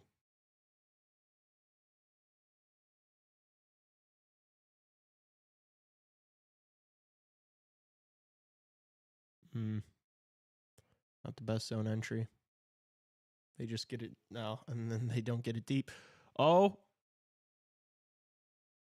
Thought St. Louis was in for a second there. We posting a Mount Rushmore tonight? Thank you for the reminder.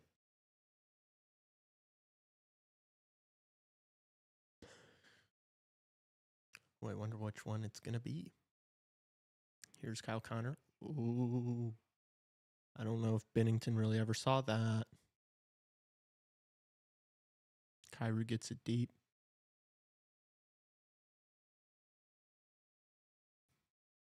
Pass from Pionk out of the reach of everyone.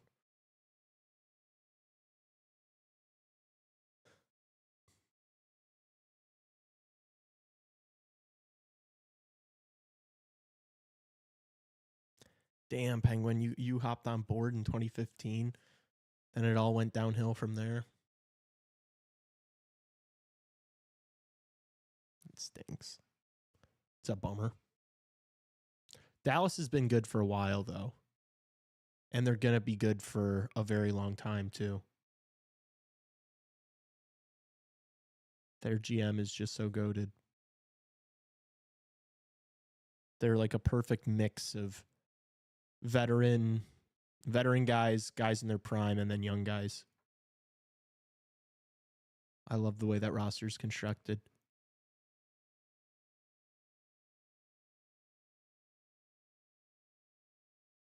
It's crazy that, like, I don't know. They were able to get through the Avs, and now if Heiskanen comes back, it's like, oh my gosh, dude. They are a fucking wagon.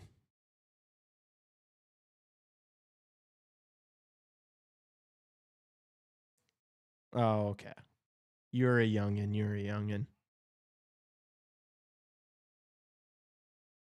Wait, what was that? That was all the goals Hellebuck has let in each spot? Somebody dropped a stat when you were gone that he's saved 1 of 11 high glove shots this series. Winnipeg gets it in deep. Broberg shoved off of it. Jets throw one at the net. Benner gloves it.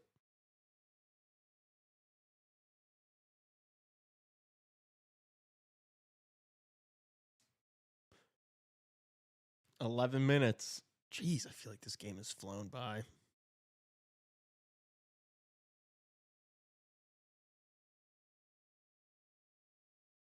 Benner's dialed. What do I need? Ooh, so 4. I need like 7 more saves from Bennington. I don't know if that's going to happen in 11 minutes. We'll see.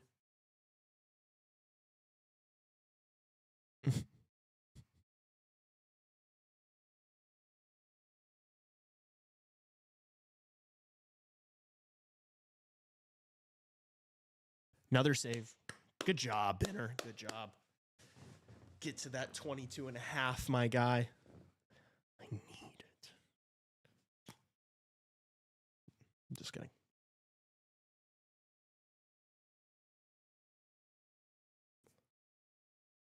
Fiending for the Benner saves.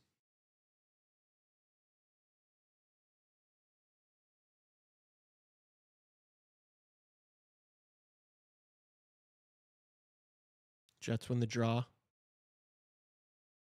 Oh, Iafallo tried to get a redirect. Good save from Bennington. Blues get it out. Go for a change. Winnipeg try to catch him. Lowry just plays it in behind the net. Oh, no! That opportunity for Connor just kind of came out of nowhere. Puck goes right past the post.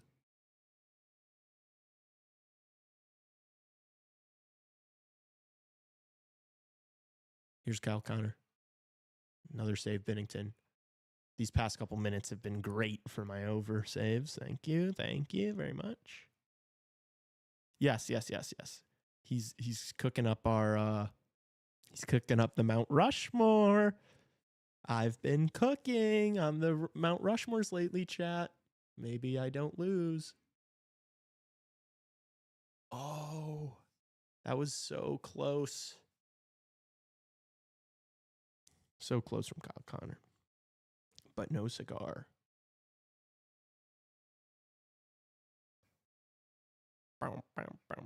Still 11 behind me, buddy.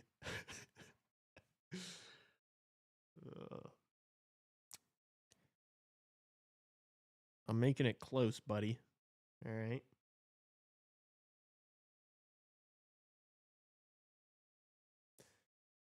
I also... no, I think it was updated correctly. Never mind. Not updated. Oh, it's not updated? I knew it. I should have 17, shouldn't I?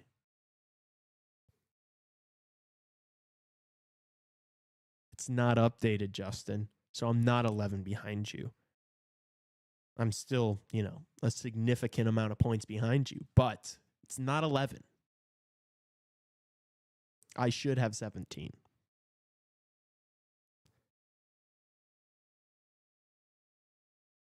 But did you come in second on the last one, Justin? No.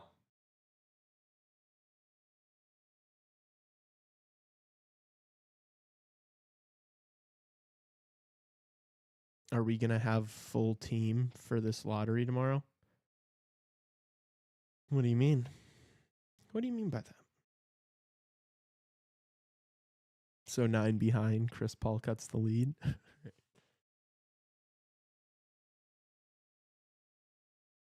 Well, I'm nipping at Tassos' heels. That's a stretch. that is, What place did you come in the last one? Last. Last. That's okay. So then you get 1 point. So I'm unfamiliar with that. Can so you tell me what that's like? Yeah. Well, what's it like being super comfortable in last place? You're getting your experience now, so that's good. We'll getting see. you some important experience. But, I mean, hey, so you get 1 more point, so it's 22-17. Yeah, buddy. We're right there, chat. All of a sudden, you blink, and the post is up. The post is up. What even was this? Oh, backup goalies.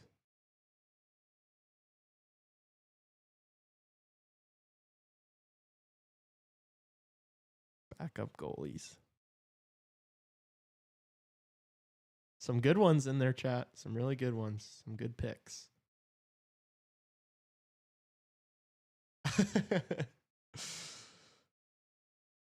Scott Foster, no vote from me, says Trevor D.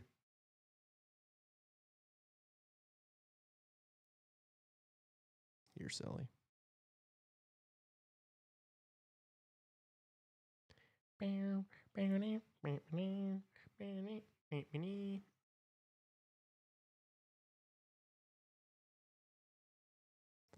I forget who was who, honestly. That doesn't surprise me. Yeah. No. Is that a dig? No, I'm just saying it doesn't shock me. No, I remember who's who. Totally, bro. Just took me a second.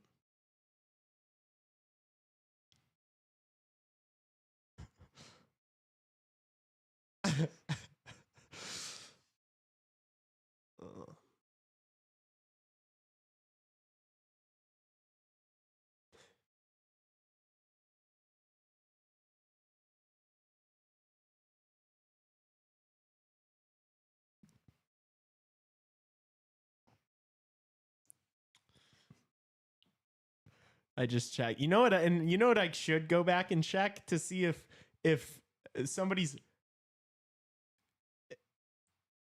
You are so gutless. You are so gutless. The hockey logos. Tassos voted for himself with the Chicago Hockey Radio account. Justin always does it, so I always switch it back. You are gutless. He's not getting that extra vote. It. I'm taking it. That's so good. I didn't even think to do that. Again, shocker. Doesn't surprise me. One fucking asshole. One bit, dude. There's guys that are playing to win, and there are guys that are playing to play. Yeah, well, there's guys that don't need to cheat to win, and there's guys that Tassos. Perpetually finish in last. Yeah, we'll see. Things have been changing. I know. I mean, we can be history merchants and talk about how, you know, I started doing poorly on these Mount Rushmores, but I've acknowledged there's been a massive change in my approach, and I have been seeing a big change in results. So I still think you're cooked.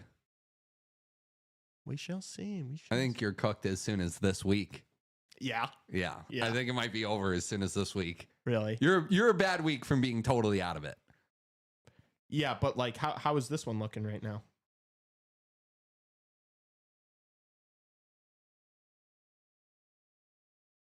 Here, I'll mute you.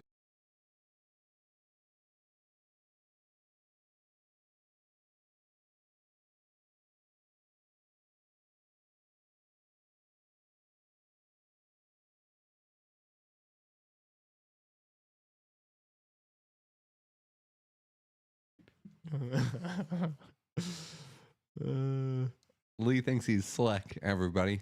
I don't think I'm slick. You think you're slick. No, I think I'm just playing the game the right way. What can you ask for me?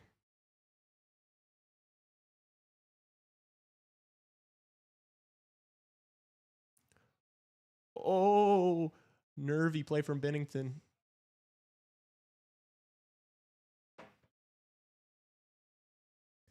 I need 3 more saves from him.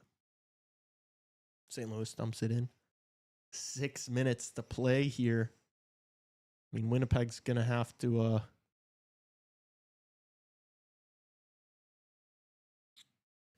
find a goal somewhere, and quick.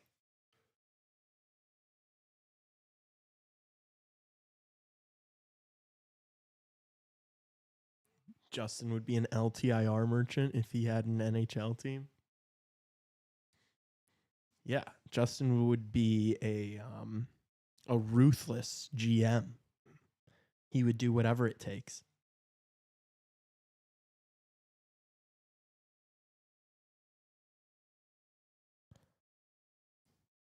Because, Trevor, it's not a real backup.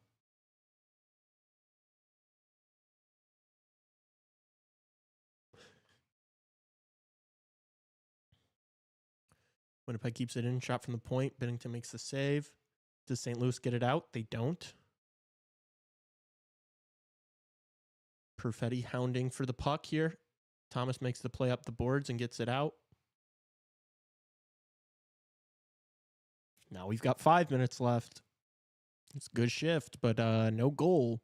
No goals.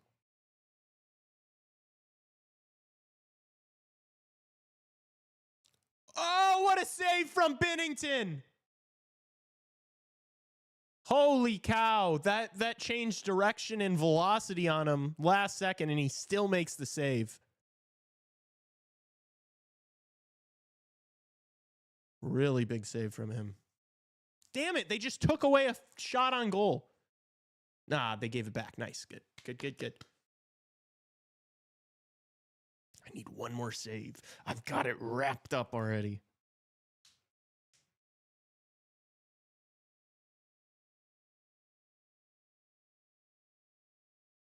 Blue's going to get this out.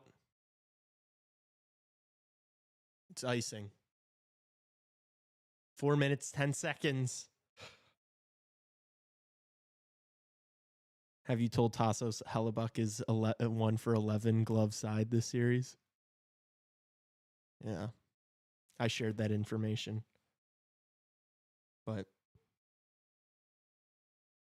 it's okay. Robert Thomas. Oh, was I supposed to care? Well, I mean, that's one that's like, I mean, how do you deal with that? Oh.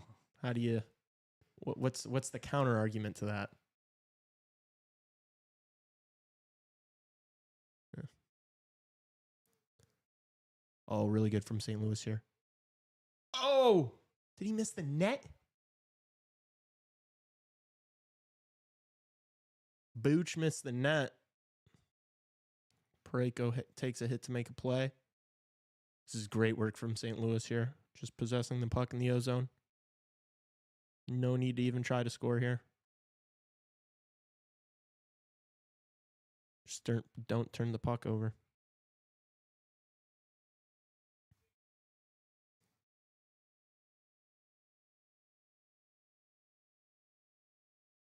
Parayko hoists it into the, and that goes for icing. Not the best play. I think he was trying to sky that thing and failed to.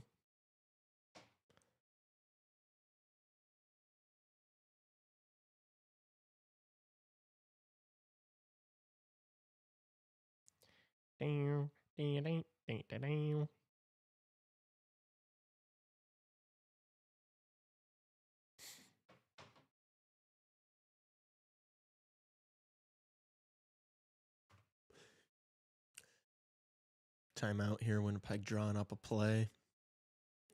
Seeing some nervous, depressed. Geez, I don't even know how to describe that guy's eyes. I mean, these Winnipeg fans just look broken. And I'm excited to see how Twitter reacts to this game.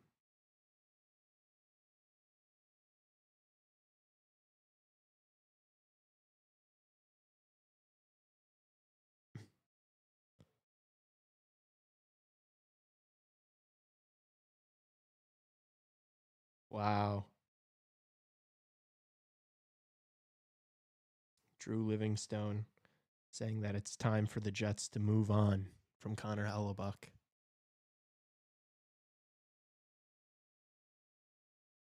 Brutal.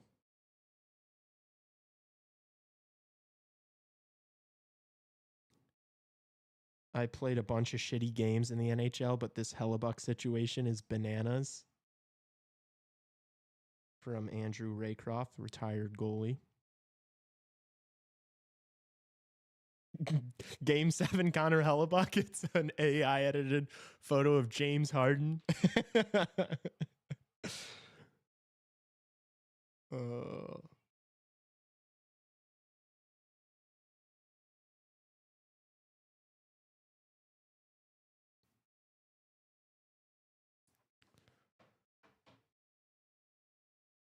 I guess Lee doesn't want my vote. Trevor, what am I supposed to do? I'm not telling you who my thing is. Just vote who you know? Just vote which one you like the most. I don't know what to tell you. Their smile and optimism is gone. Well, yeah. I mean, this would take some serious magic to tie this one up, especially Binnington's looked great all night. He's made a couple of really big stops in this third period.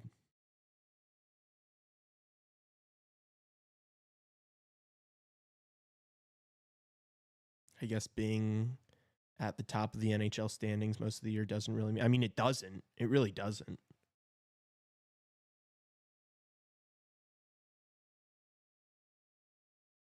Like, nobody was seriously picking the Washington Capitals or the Winnipeg Jets to win the Stanley Cup this year. Big draw here. Oh, and the Zebra did not drop the puck. Just baited everybody in the arena. Now he drops it. And the Blues come up with it. They get it out. And yes, the Winnipeg net is empty. Here's Kyle Connor carrying. They get into the zone. Oh, that one gets blocked. Oh, and oh no, they missed the empty net. No icing, no icing. 2:45 left. I mean, Winnipeg needs to get in and get set up. So that may be offsides. That seemed close. Perfetti seemed like he could have been offsides there. Doesn't matter. St. Louis clears it all the way anyway. It's going to be icing this time. I mean, this is okay for Winnipeg now. You get another chance at the draw in the zone. Get set up. NHL Twitter is about to be better than Minecraft movie after this game. It's going to be crazy. Anyways, Spencer Knight for Vezina.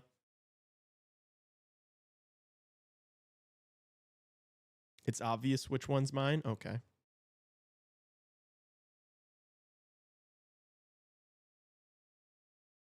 right, they're set up now. Shot from the point. Another save from Binnington.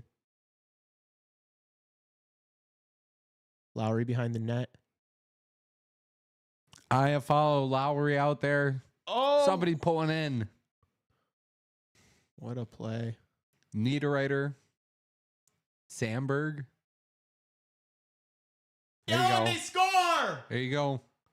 That's a big goal. How much time? 2 minutes still? 155. 155. Holy cow. Man, if only he didn't let up a softie. Be a tie Maybe game. they can get another goal from another guy who hasn't put one in all series. Oh, it was Nemesnikov. I mean, shit, they're doing their job. Now? Oh, well, what do you mean now? Like, it's the game. Now? Like, it doesn't, like... You got to get another one now. Well, yeah, you got to get another one because your goalie let in a couple softies to start the game. So now you do have to get another one. I told you that, unfortunately, letting in 3 goals might be too many in a Game 7. If you only let in 2, we're talking about overtime here.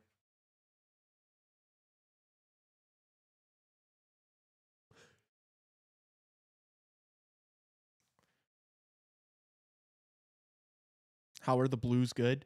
I mean, this Jets team is just not that good. Like these teams, whoever... Blues play really hard, though. They do. Really hard. They do. They're going to get smoked by Dallas.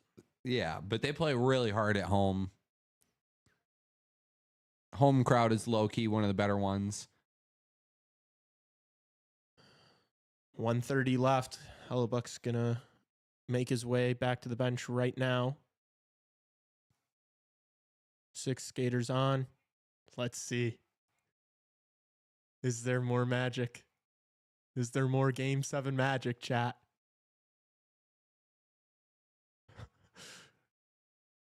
Down low. They got to be... Oh! Right in front! Binnington comes up massive! live and makes the save. That is a clutch goaltender. That is a clutch goaltender.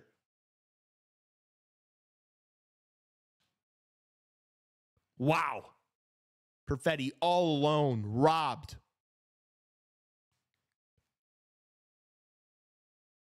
Wow. I mean, Jordan Binnington, game 7.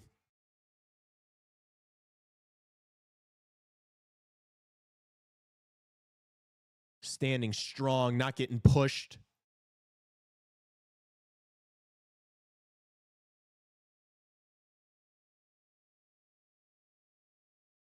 No rebound covers up. Might have popped out at the end there.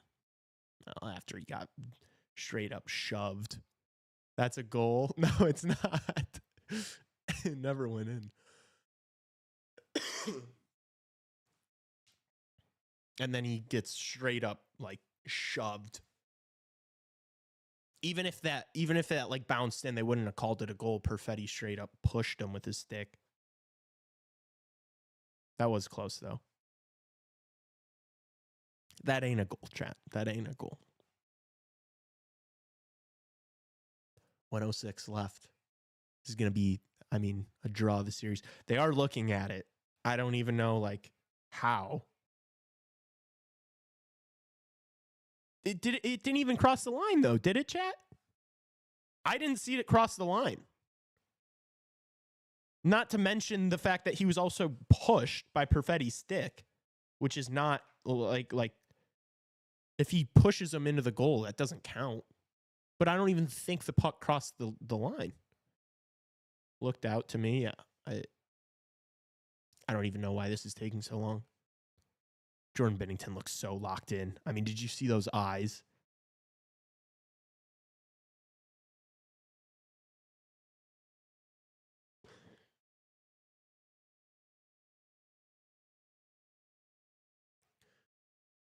All right.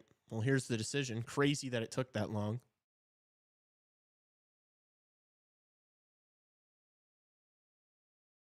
Yeah, no goal. Shocker.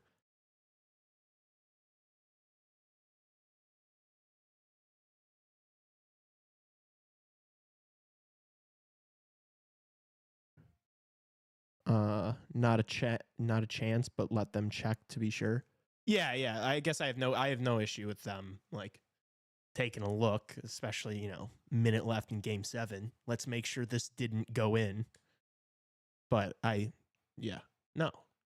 It falls off his pad and then like none of the puck goes over the line for even a second. So if any of you are new here joining the stream, make sure you subscribe and like the stream. Oh, wraparound! Oh, wow. St. Louis survives. They clear at the length of the ice. Going to be another icing. 52 seconds. Holy cow. Binnington a little out of position there. Could have gotten caught. Holy cow. What a nervy ending this is turning into.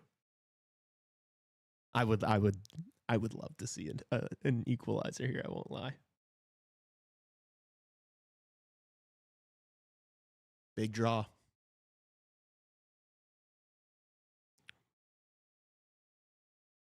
Just drop the puck. St. Louis wins the draw. They don't get it out. Now they do. They miss the empty net. Icing again. I mean, St. Louis should try to I guess they're just not taking any risks and just hammering it down the ice immediately every time. But maybe you try to go off the boards or something. You're just going to, you're not wasting a ton of time here. You're wasting 5 seconds every time. And then you're coming back for another D-zone draw.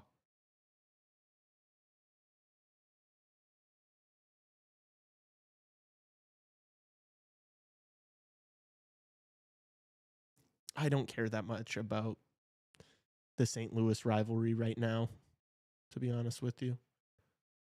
Nice move from Connor. 36 seconds. Good save, Binnington. Back to the point. 30 seconds left. Oh, and the puck gets out. That's brutal. Brutal. Morrissey. No, that wasn't him. wasn't it? No, he's 44, I think. Oh, it was the Oilers then. 14 seconds. Oh, no, you got to get the puck out here. Really good work from St. Louis. 5 seconds. Shot from the point. Oh, no, he fans on it. Oh my gosh! They score with 1.6 seconds left! Do you believe it? Do you believe it? Oh my God! Oh my God! You can't write a better story than this! Holy fuck! Oh, I don't believe it! Was it Perfetti again? Holy shit! Oh my God! Cole Perfetti, how about that for a monster game? Is it still his fault? Holy cow. Not anymore. Holy shit. Lee, you're our prophet. Let's go. Now this awesome. is game 7. This is playoff hockey, baby. This is why we watch. What the fuck? How many tips did that, how many sticks did that hit? Oh my gosh, you can't script it better. You can't script, whoever was making this script, they were fucking in the lab cooking. Holy shit, man. Inject that into my fucking, damn, this place is on fire. Connor Hellebuck just got rescued.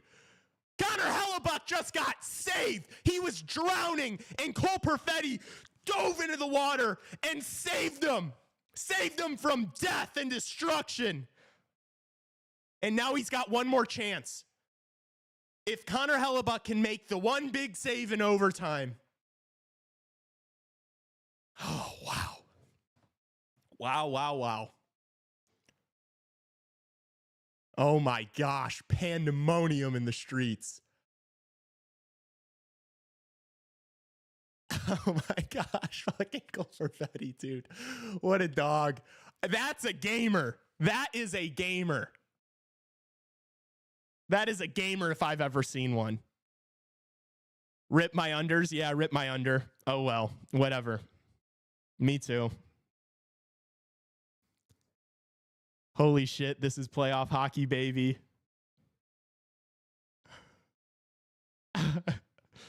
Lee, I told you to take... Trevor, don't hit me with some I told you to. I bet on this team before the playoffs. I bet on them to win this series. I'm not going to put more money on them to win in Game 7. That's just bad. For all you young sports gamblers out there, if you have a significant amount of money on a team to win a series and it goes to Game 7, don't put more money on that team to win the Game 7. Ronnie's sister's at the game. Ronnie's got family members just fucking Mr. Worldwide with the family members. He's got family, and his mom lives in Edmonton, his dad lives in Vegas, and his sister lives in Winnipeg. Oh my gosh. If you're new here, please hit the subscribe button right now. We want to hear the horn. We need a horn! Hit the thumbs up on the video too. Hit the thumbs up too. Hit the thumbs up right now. Holy cow. Oh my gosh. Text from my mom, my aunt. The whole family can't believe this. Manitoba's buzzing. Mom, watch it, Trevor. Watch it, Sonny. I didn't know you bet on the Jets. Yeah. The 4 teams that I took, that I parlayed every single one of them with because I parlayed everything with the Canes and the Caps. But then I took Toronto, I took Colorado, which lost. I took Winnipeg, and I took Vegas. Hellebuck just got a new life. He can't choke this now.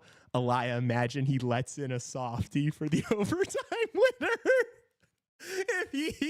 If he lets in a softie, I think Tassos has to let me give him a swirly on stream or something. Are you crazy, dude? What is your punishment for Hellebuck letting in an overtime howler? If he gets beat glove side on something from 30 feet out that he saw from a mile away. Tassos just cleaned the toilet. Your little bro sub. Did we just get a sub? Did we? I don't know. I need to look.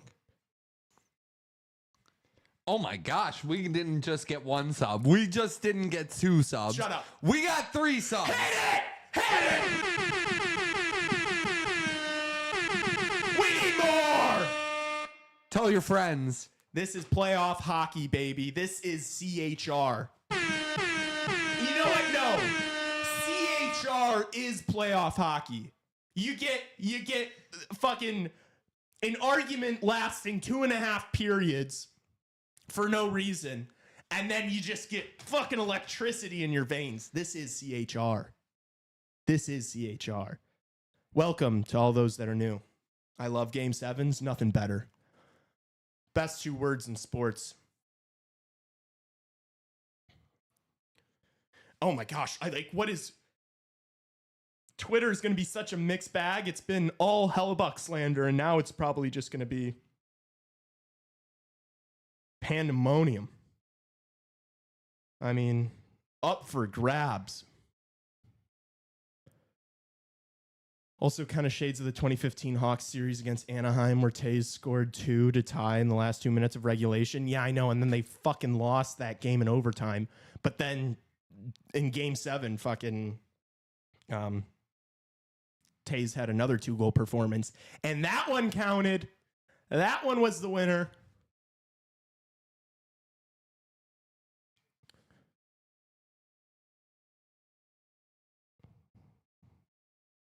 What are you guys talking about?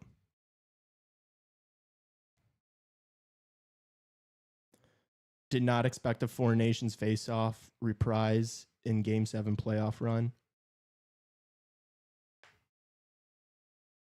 Blues plus 110, Jets minus 140. Where do I lean in overtime? I mean, I'm always going to lean. I'm always going to lean towards the team that just came back, right? Because they've got all the momentum. But look, this like kind of, intermission, this break before the overtime period, it's got to be a hard reset for St. Louis. I have all the faith in Jim Montgomery to go in there and just be like, boys, this is the situation. We let it slip, but what an opportunity this is. All you got to say is you just got to walk into that room and ask the boys, who wants to be a hero, right? I say it on these streams all the time. It's simple as that. Who wants to be the fucking hero?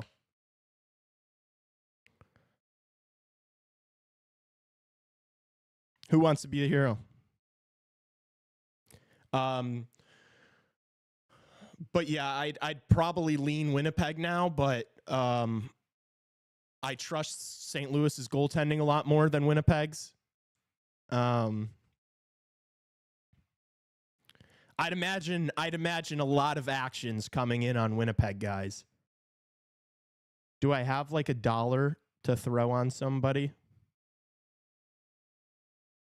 Oh no, because that fucking my Binnington over saves isn't going to hit till after the game's over, which is so stupid. It's like he hit it. Just give me the money. Stupid. Can I even deposit $2 on FanDuel? I'll pick a player. Chat, who are we riding? I'll pick a player. I'll put some coin on. I'm not going to pick a side because what's the point? It's a coin flip.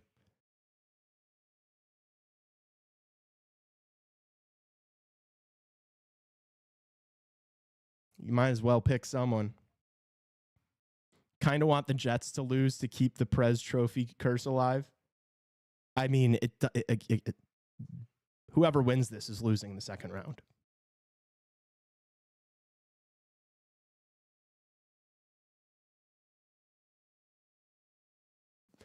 Blues W, really? They're my most hated.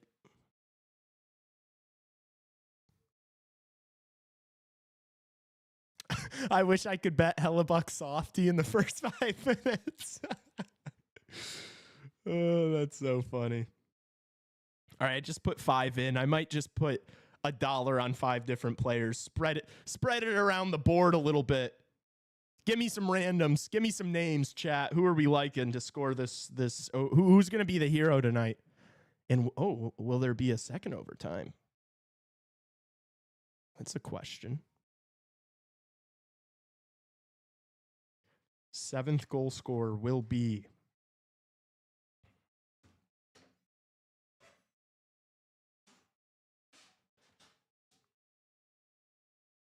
for St. Louis. I could see like a Braden Shen or like a Snuggerud overtime winner would be electric. Although I feel like I haven't seen him once this game. Is he even playing? I guess in hindsight, I didn't even watch. I watched the last like 10 minutes of this game because I was fucking arguing with Tassos, fighting for my life. For all those that have just joined the stream, Tassos and I were arguing about whether I don't even know how to describe the argument, honestly. I don't even know how to describe the argument.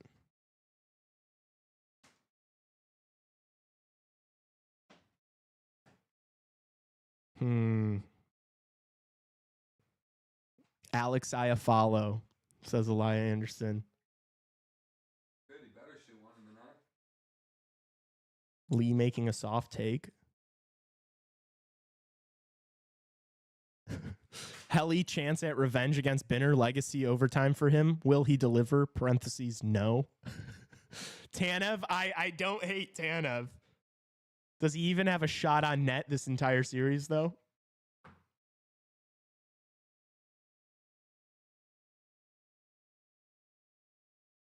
All right, I guess I got to start taking names, don't I? I've got 5 to give out.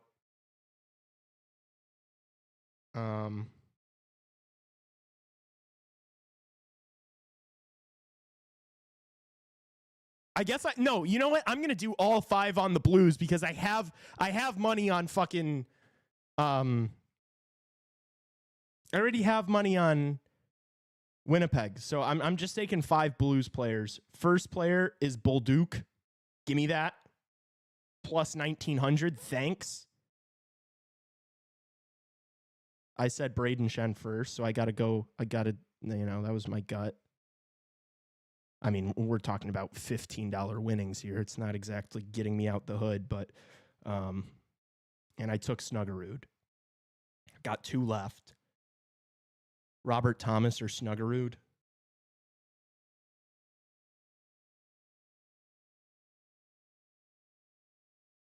Do I have any other Robert Thomases? Fine. It's plus 1100, but we'll plant the seed.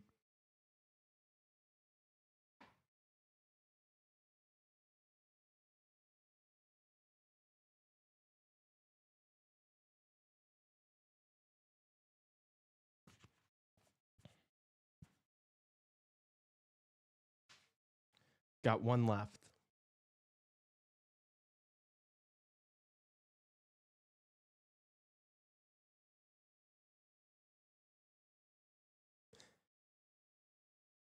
I should take... Wait, did I take Cam Fowler yet?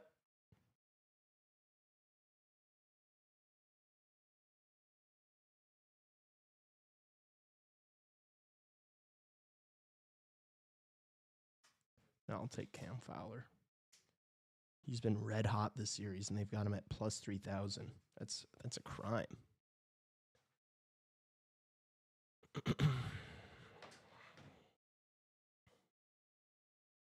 Torchenko for the Blues. Perfetti for the Hattie with the Jets. I mean, that's what I want the Jets to win because I have money on them to win the series.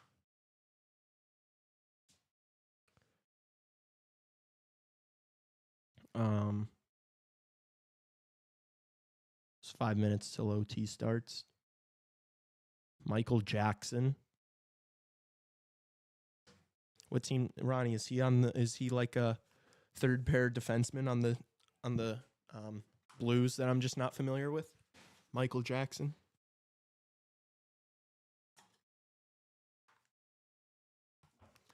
Oh man. Gotta love the Stanley Cup playoffs.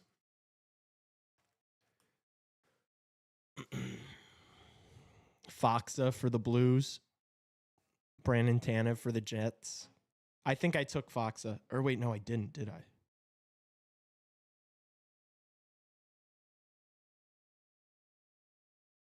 Dude, I'm so pissed that I parlayed the Blues money line with the under 5.5. Because then I wouldn't have had to put any bets here in overtime.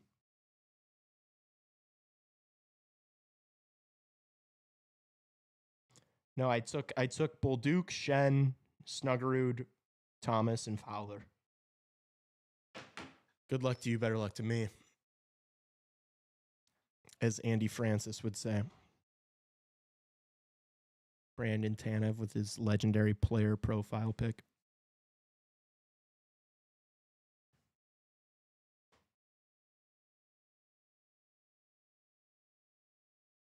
Dustin Byfuglien for the Jets. Comes out for overtime. They just call him last second. And he suits up for one more big goal in the playoffs. That is so insane, dude. I cannot believe he scored with a second left in the game. Oh, this sport is not real, dude. You cannot make this fucking shit up.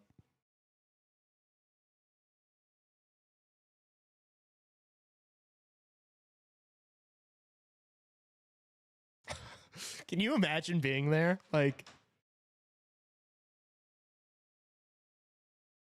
can't wait for this to be 10 seconds. Back from his fishing exhibition.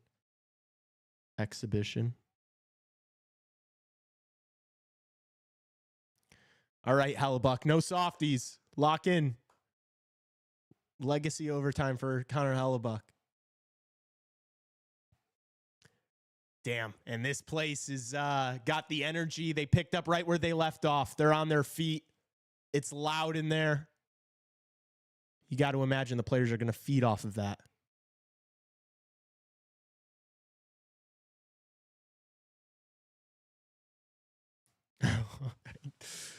Was that not offsides? Big save from Binnington. Oh, ref takes a tumble.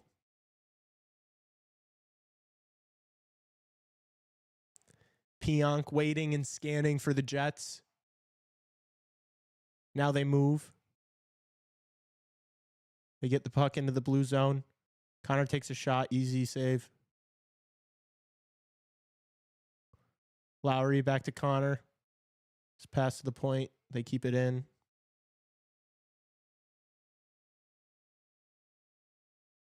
Here comes a shot. It's deflected wide. Oh, couple of saves from Binnington there. Now the Blues break. 2-on-2. Do they have a trailer? Puck behind Hellebuck. Lowry just waits. Blues go for a change.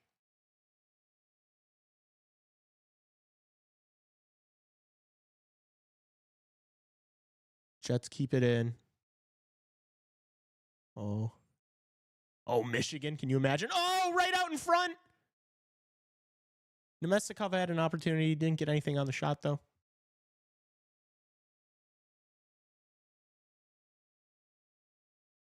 I mean, first 2 minutes has been all Jets. They've definitely got the momentum. Watch it bounce off Nick Leddy again. Oh, my God. After I posted that today on the Instagram, if you haven't liked that post on Instagram, go like it. And how poetic that all those that we posted today, they were all overtime winners in Game 7.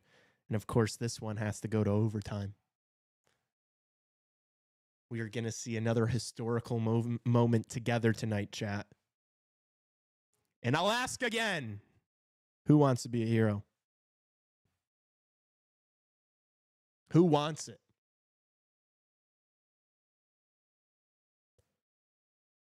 Bennington's locked in.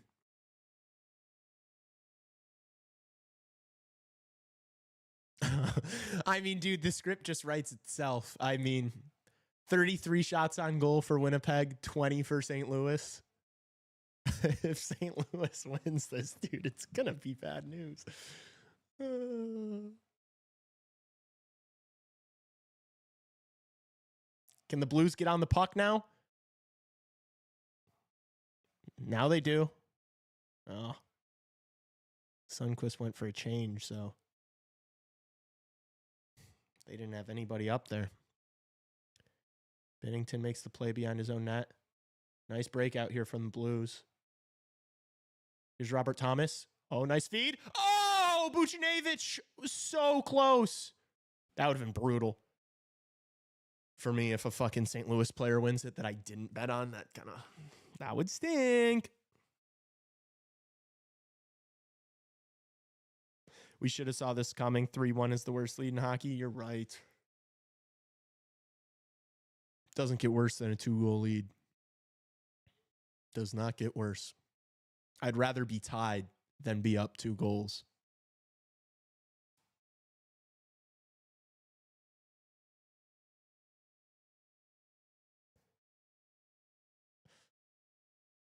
Where's this puck? There it is. St. Louis comes up with it. Shot from the point, Fowler. Ooh. That could have been a softie. Oh. St. Louis misses the net. Puck goes back to the St. Louis zone. Fowler collects. Makes the pass up the ice.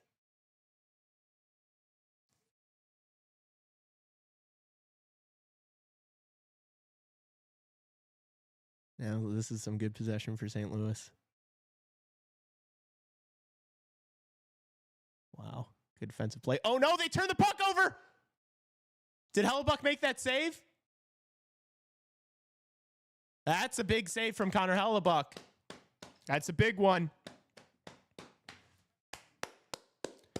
That's a big one. That's one you look back at. Careless from Velarde there. That's a big save, chat. Oh, I actually think that might have hit the post. Yeah, I think that hit the post. I don't even know if he made that save.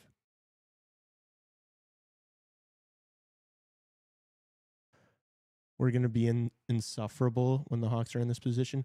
I'm going to be shitting, and I would be shitting my pants right now if this was like, if the Blackhawks were one of these two teams.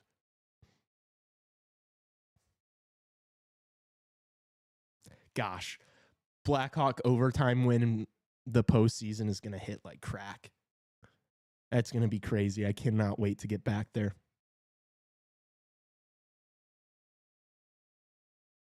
He got bailed out by the iron. Okay. It was a horrible turnover from Velarde.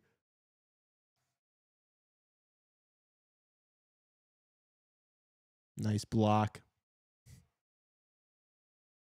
Was that Luke Shen? Uh-oh. Hellebuck makes the big save on Kyrou. And the fans are letting him hear it.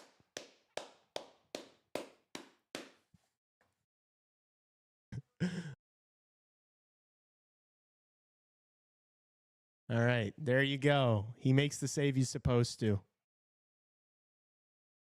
It's a big moment for him.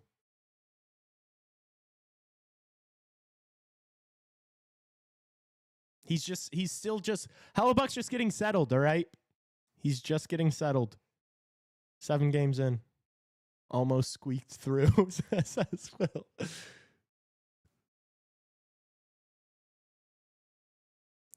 Here's Fowler. Blocker save. I don't think that was even on target.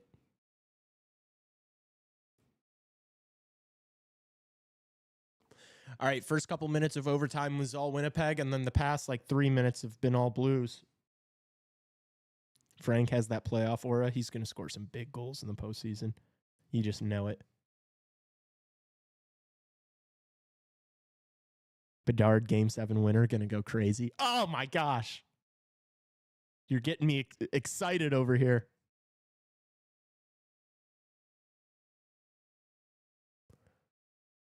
All right, now here comes Winnipeg.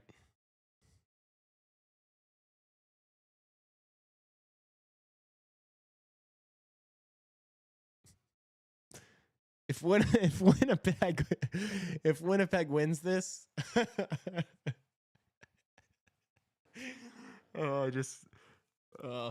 if Winnipeg wins this, people are going to be like, "Hey, Hellebuyck made the saves he needed to." They're going to be like, "Hey, an 856, that's great for playoff Hellebuyck."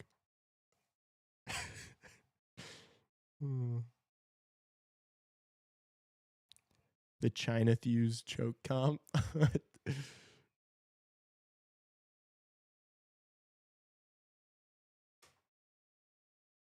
There's Blackhawks hate. He made one more save than Binnington. Yeah, that's what they like. He made the last save, Will. That's what they say. You just got to make the last save. That's what they'll say. Hellebuyck made the last save.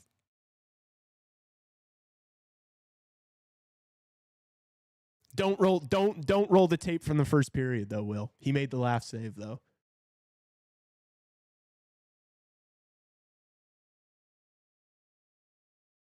Jets dumping. I mean, this is going for icing. That thing just rolled. That thing just kept rolling. They can't fathom the aura.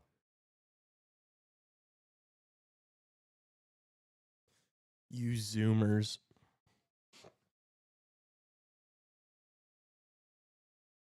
I could totally see that being the script, to be fair, just like Rantanen getting his revenge last night. What? Connor Hellebuyck making one save on a slap shot. Ooh. Awkward bouncing one. Went wide.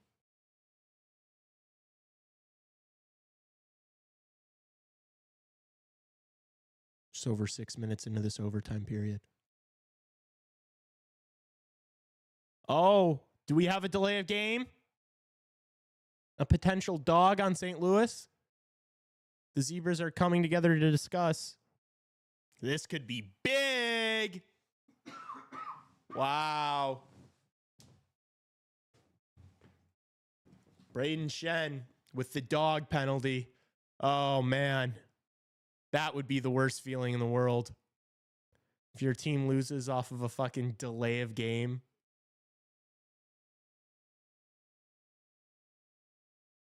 Hey, if they listen to us and make the glass higher, that might not be a delay of game. Another Perfetti tip. Is the Perfetti hat trick like locked and loaded? The script writers are trying to outdo themselves from last night.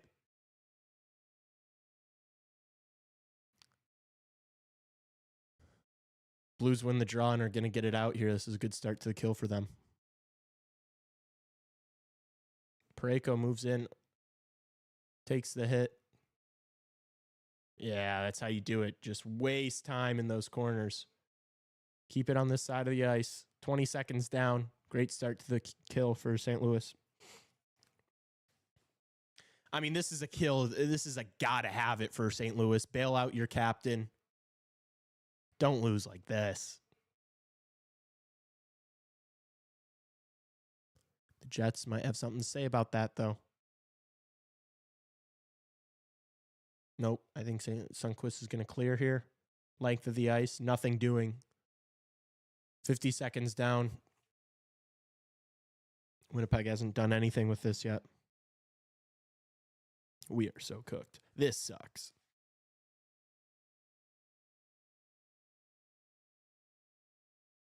Now they get set up here. The killers for the Blues are being aggressive. Yeah, wow. Looking for Kyle in the slot there.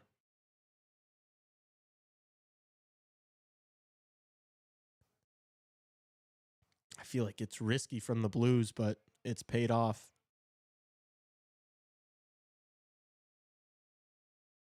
Second unit out. Oh! Where's the puck? Binnington has it, I think. Nervy save, though. He looked down like he did not glove that. I got Kyle Connor with the OT winner for Winnipeg. The forwards coming up big.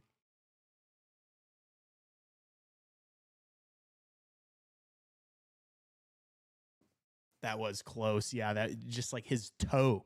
Good thing Jordan Binnington didn't cut his toenails today. Holy cow, I can't believe that stayed out. That's unbelievable.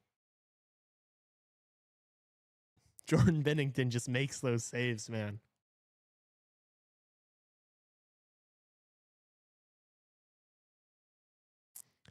I think regardless of what team scores, the script is crazy. Like the narratives are...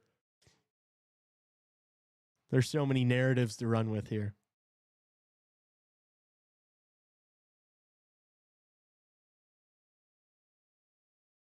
Oh, big hit there.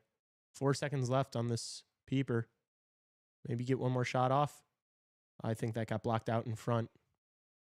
Schen's out of the box. St. Louis looking to break. Oh, they're looking for that high glove side. You know they're looking for that high glove side. He hasn't saved to shit high glove all series long.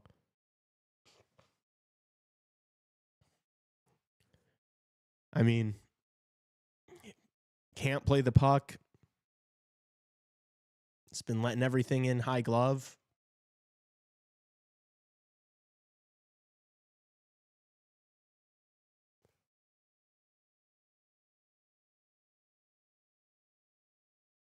Eleven and a half left in the overtime period.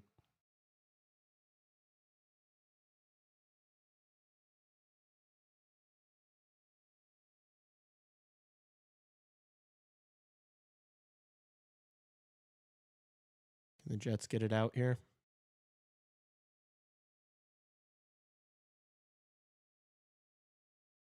Ooh, glove save, Binnington.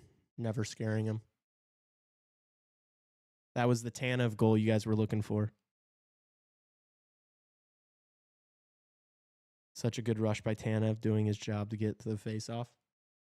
Yep, now you got the ozone draw. It's not a bad play. This game is a banger. Yeah, script writers are cooking.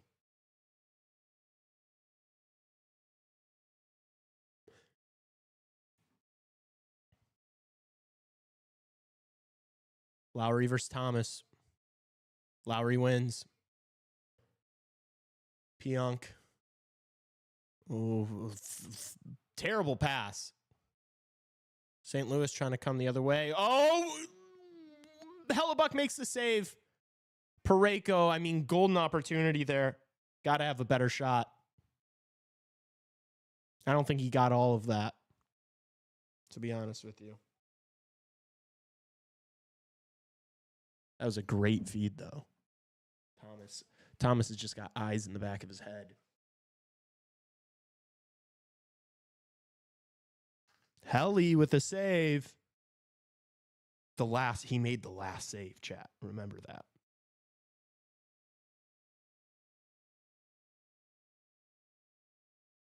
Imagine it's like some goal from behind the net that just banks off Hellebuck.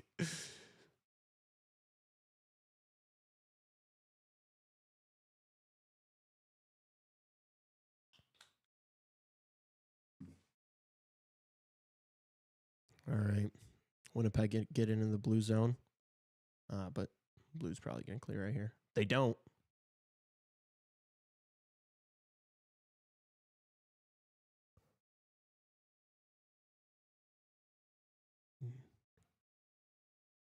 Battle in the corner here. Niederreiter's just standing on it. Cool. Jets come up with it back to the point.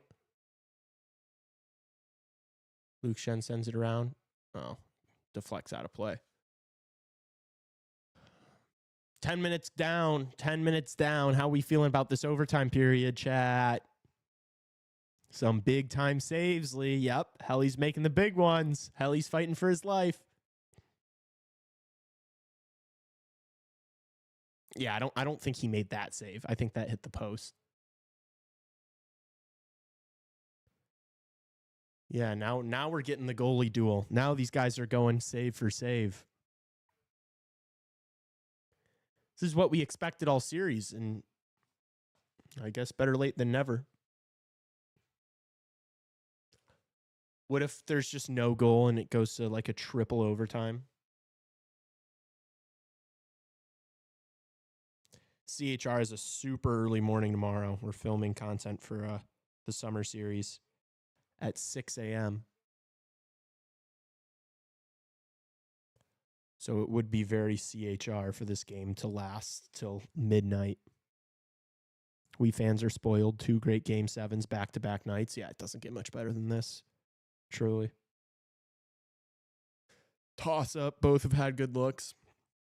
Both goalies have been solid in this overtime period. Yeah, I could see the Blues just getting some lucky bounce. You know, just some fluky shit.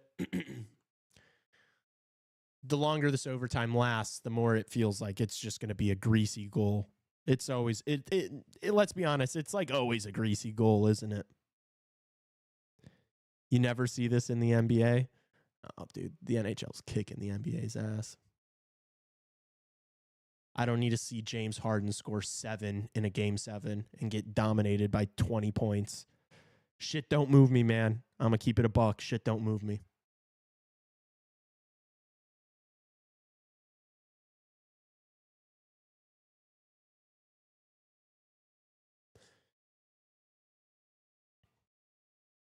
Blues win the draw and they get it out.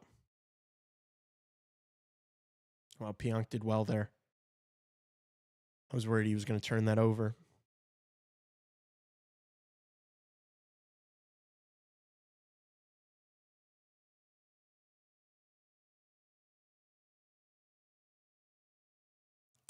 Puck goes in the St. Louis bench.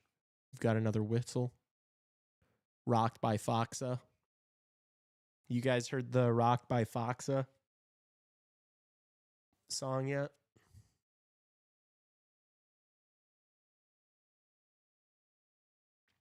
Hope Misa to Chicago's in the script. Justin's getting a little ahead of himself. But I agree. I really hope.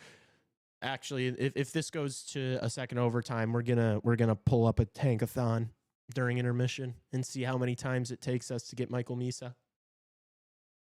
All right.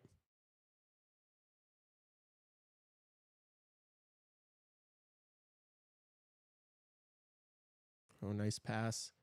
Iafallo can't hold it, but he gets back on it. Lowry from behind the net. Can he make a pass? Iafallo's just going to send it back to the point. Oh, here's Kyle Connor.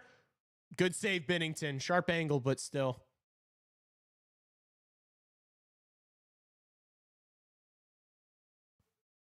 Here's DeMello. Shot from the point. Blocked out in front from St. Louis. Can they get it out of the zone? They can. Oh, is that Lowry who just went down for Winnipeg? Maybe a high stick. Doesn't get called. What? Oh, Thomas with the feed. Wow. Kyrie. I mean, two great sticks from Sandberg there. Yeah, and also just felt like kind of slow there. Like he should have made a decision quicker. I thought Thomas was going to let that rip. They kind of gave him the shot there. He was obviously always looking to pass that to Kyrie, but whoa. I want to see if that was like a high stick that got missed or something. Not that I'm ever going to complain about the referees putting their whistles in their pockets. It's game 7 overtime. Don't make a call, honestly. I'd be okay with Stevie Wonder officiating game 7 overtime if I'm leveling with all of you.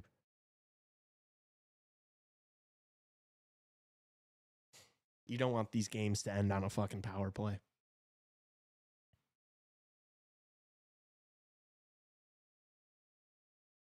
I love that Kyle Connor just ripped that regardless of the angle. Oh, yeah, that was a sweet stick from Sandberg. Yeah, no, don't call that. That'd be a Charmin soft call. Lowry took one right to the mouth. And what is he trying to do? Header the puck? Like, why is his face there? You know, move your face, buddy. Don't have your face there. Don't have your face that high. I'm just fucking with you. I'm doing a bit.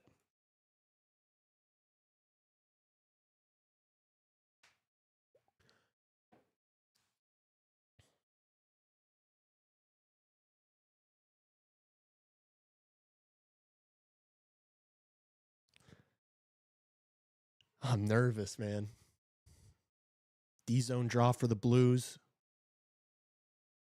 I do feel as though Winnipeg's looked the better team in this overtime period. Was there a tip there? No. The referees say no. Another icing. NBA, what's that?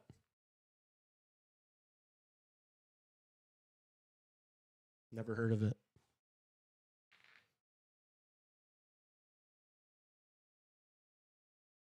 All right, another ozone draw for the Jets. They win it. Pionk lets one fly. Oh, it's in Joseph's shorts. It plops out after the whistle. Plops. Plop mentioned.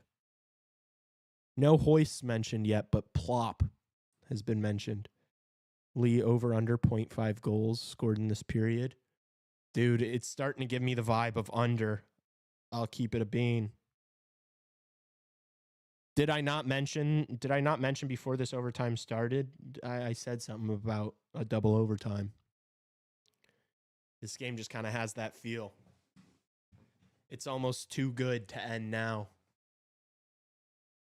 But we'll see. Hoist. China ball.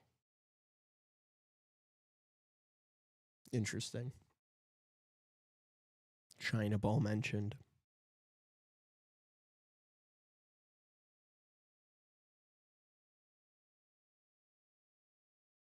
Hellebuck, get in your crease. Why would he even risk it? He's so bad at playing the puck. Why even do it? Imagine he just throws away a gift. Oh. Pionk dumps it in for the Jets. Oh, weird deflection off the boards.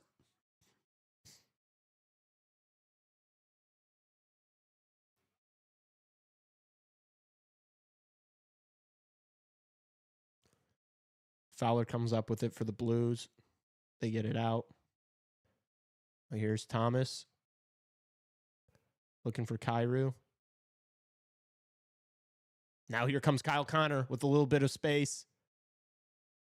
Sends it in. Lowry. Boom. Big hit. Winnipeg's going to keep it. Oh! Perfetti just missed. Did he just miss the net? That was the Hattie, dude. That was the script.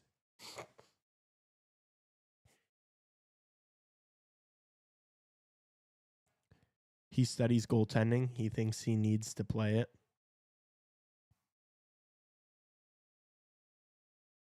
I don't know if Bennington made that save. I think Perfetti might have missed the net.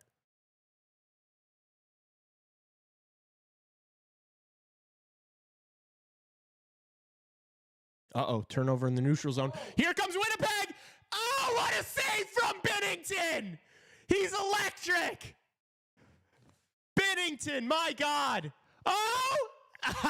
Oh, and then his stick breaks. Damn it!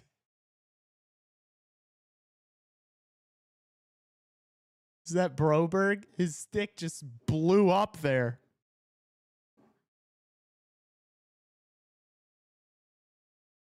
What is that, dude? What a horrid noise. That sounds like inappropriate, honestly. I wonder if they could hear that. What a horrible noise. Winnington, yeah, true. Oh, Broberg's stick just shattered. Just snapped like a toothpick. Sundqvist wins the draw for the Blues. Oh, Hellebuyck holds on from that muffin from the point. Benner's locked in. Jets are cooked. But the Jets have like gotten good quality opportunities. Like they've looked good, but yeah, it is a problem that Binnington's looked this locked. Unfortunately for the Jets.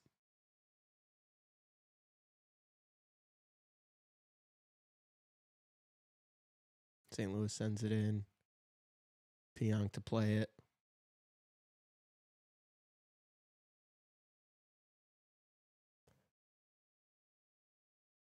Niederreiter with a couple moves in the corner.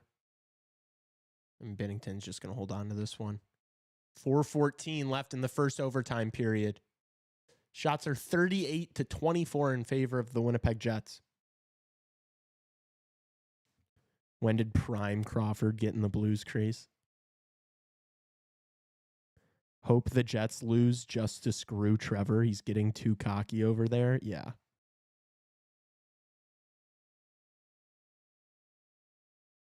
Bro acting like he's the first guy ever to bet on a team that's down 2 goals in a game. Yes, that is how it works. The odds are a lot juicier when you bet on a team that's down 2 goals. Big if true. Nice work defensively there from Thomas. Blues dump it in. They need to start getting some of their own opportunities here. They can't just sit back and let Binnington keep making saves. Kyrou gets shoved off of it. Lowry just gets it out of the zone for the Jets. Blues go for a change. Got to be careful there, not to get too many men.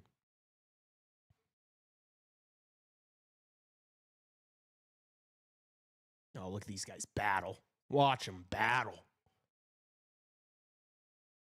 Wants to get in there. Foxen wants to muck it up.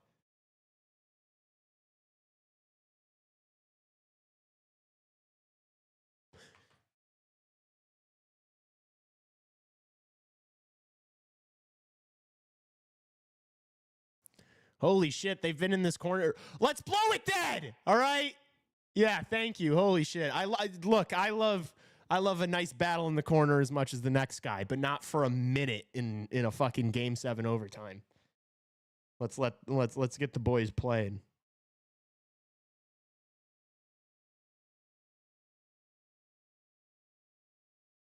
Five OT incoming. Oh, jeez. I'll literally die if it goes to 5 OT. We've got like a 5 a.m. wake up tomorrow morning. Longest CHR stream incoming. Oh my gosh. I doubt it. Just from one game. Well, yeah, we did. We did 11 and a half. We did 11 and a half hours on last Saturday. That would be. It would have to be a lot of overtimes to beat that record. No sleep tonight. We just roll straight into stick and puck tomorrow morning. I die. You'll sleep when you're dead. Yeah, I mean, true. Yeah, yeah. That's kind of where it's been as of late. The gargle's back. Jets get it out. Oh. Nice stick lift. Great back check. Is that Braden Shen? Great defensive work from him.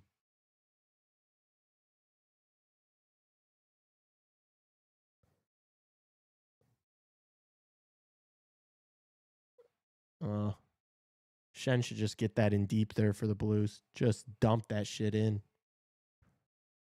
Don't give it away at the blue line.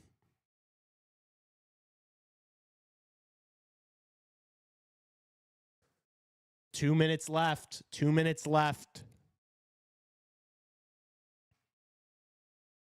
Love owning Lee on the ice. No. You were a helpful, constructive coach. You weren't owning me. You were pulling me around the ice. Oh. Nice. Big hit. Love that from Ehlers.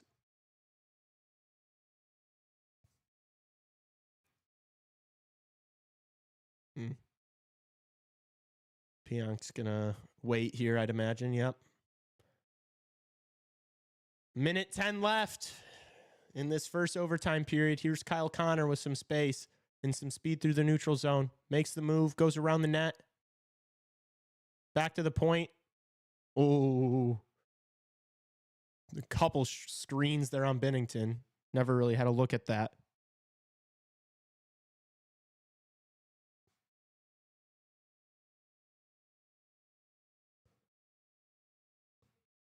.42 seconds. Maybe one more rush for St. Louis here. That pass gets tipped into the Jets zone. They immediately get it out, but it's going to be icing. 30 seconds left. O-zone draw for St. Louis. Can they get a buzzer beater here? Or are they going to keep us up? Oh, my gosh. Of course, this is the fucking double overtime game. I'm like 35 seconds ahead. Keep it to yourself. I'm just kidding.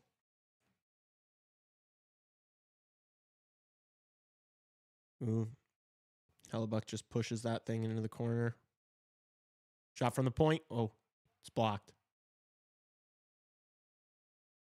Nick Leddy. You should have bet on Nick Leddy. Why did we not bet on Blackhawks legend Nick Leddy? And Winnipeg's just going to wait it out. One overtime period was not enough, chat. On to double overtime.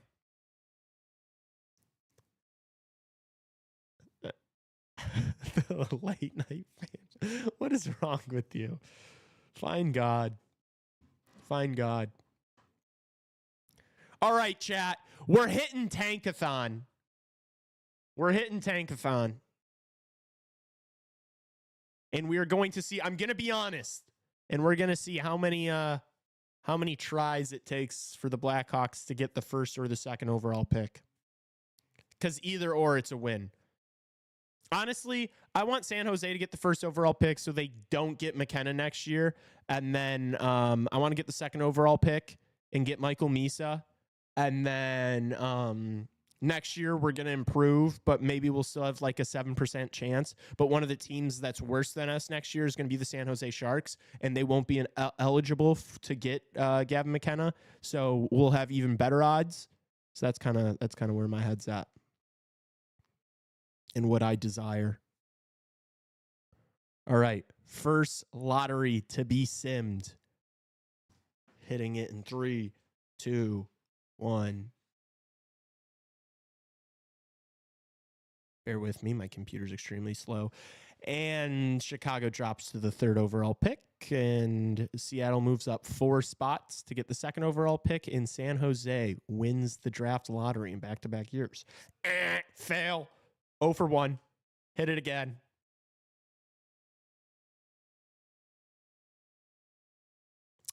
And Chicago falls to the third spot again. Philly moves up 2 spots, and San Jose wins it again. Come on!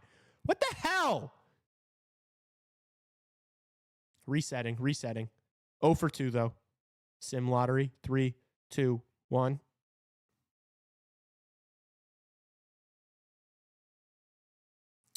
Slow-ass computer. And we fall to the third spot again. Nashville gets the second. Come on! 0 for 3? Hit it again. Not stopping till we get Michael Misa.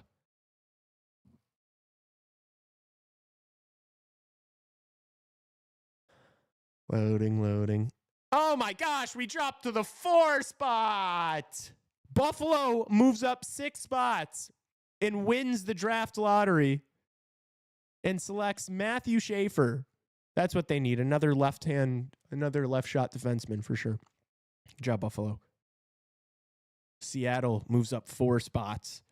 Oh, for 4, chat? What the fuck? What is this? Dude, my computer's going to explode. It's trying to do too much right now. It's getting stressed. Oh my gosh, I'm getting the fucking spinning wheel.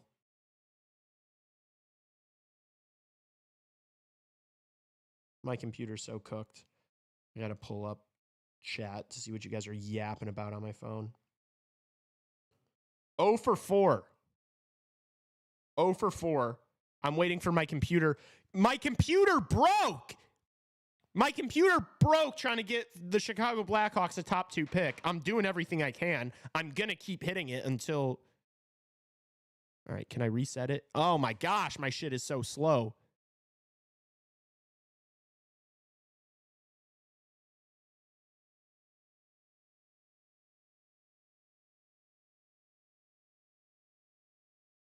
Hellebuck came to play after those 2 early ones.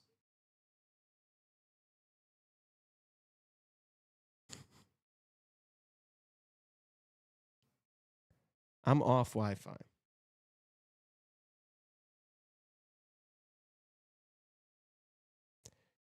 It is Helly Legacy.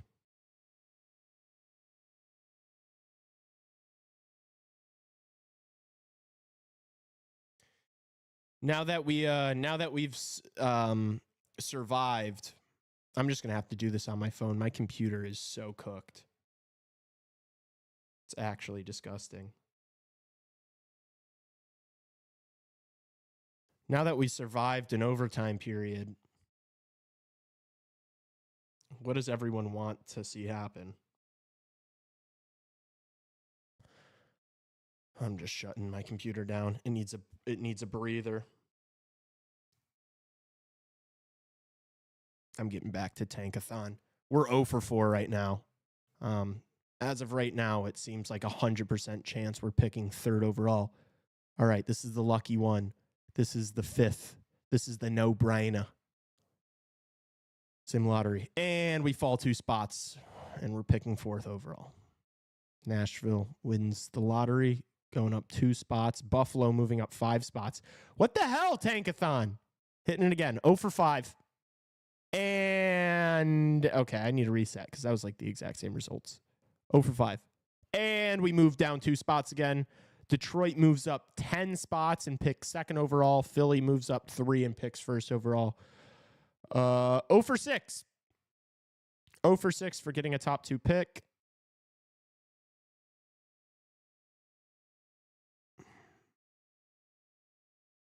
Can you raise the mic volume? I can't. Tassos isn't in the room right now.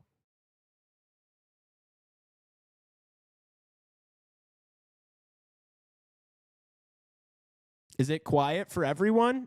Nothing happened. Nothing should have happened to the audio.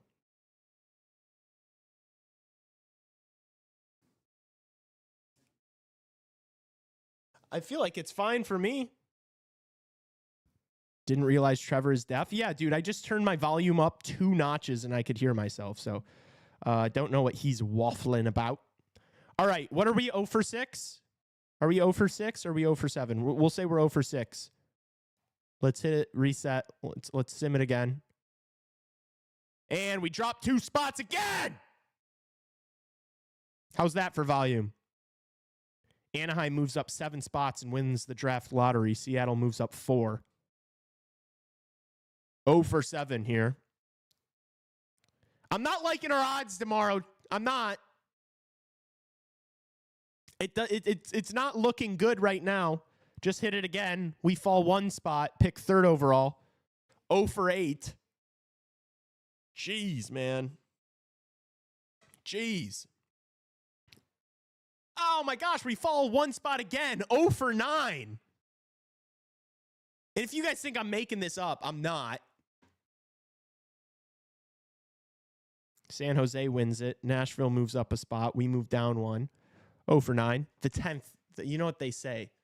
10th time is a charm. Wow, this is a long one. It's shuffling through all these teams. What the hell was that? I think Tankathon's breaking. Up, and we fall 2 spots again. Sure. So I have now simmed the draft lottery 10 times, and the Blackhawks have not gotten the first or second pick a single time.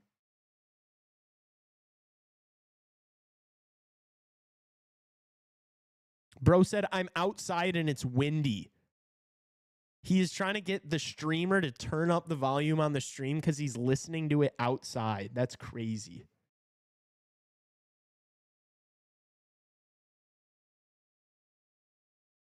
Trevor, go inside. You know what's not crazy? What? Getting another subscriber. Let's go!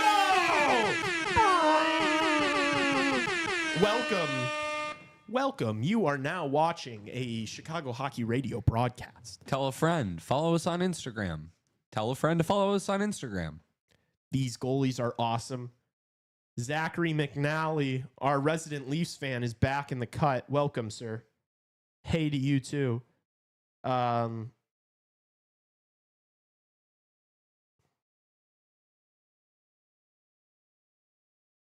for 10, just like Helly on the high glove side.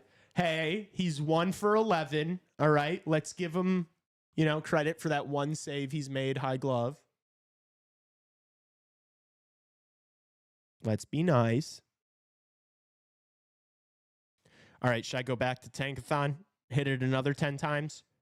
We're hitting the reset button. This is our 11th try, trying to get the first or second overall pick. And we fall to the 3rd pick yet again. Philadelphia moves up 3. Is this Tankathon just telling me right now the Blackhawks aren't going to get the first or second overall pick? 0 for 11. Let's hit it again. 12th time, and the Blackhawks fall 2 spots. Anaheim moves up 7. Why does Anaheim and Buffalo keep moving up in every single one of these? It's pissing me off. All right, 0 for 12. Reset. And we fall again. Buffalo moves up 5 spots again. Buffalo's getting the first overall pick is what I feel like I'm gathering from this. Or maybe the fact that we haven't gotten it in 13 tries is just that we're saving it for tomorrow. Yeah, actually, I'm done. I'm done simulating. I'm done. 0 for 13. We're saving it for tomorrow. I don't need a win on Tankathon. I need to win the actual lottery. Lee, you should tell Zach to like and subscribe. Zach already subscribed. Zach subscribed a few streams ago during one of the Leafs games. I'm changing my transmission. Can I not listen while doing that? No, I guess you can, but also we're not going to dictate the audio of the stream based on where and how you're listening to the show. I don't know why we were freaking out, to be honest. Like, worst case, we leave this draft with Martone Hagens. Oh no, anyway. Like, obviously Misa's ideal though, but we're guaranteed a positive outcome. Yeah. I'd be okay. I'd be okay with Martone. This young core needs some size,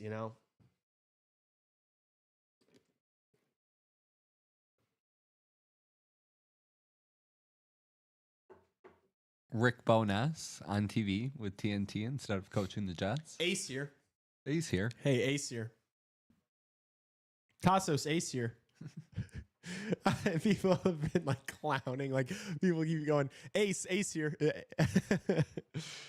Should I just start calling myself Ace? Ace. No, you should give yourself a nickname that's not even close to my name. Not close to your name, but then also supposed to be cool, but you and give also it to yourself. Expect other people to know it, even though they've never heard anybody refer to me as no that one's ever called you that in your life.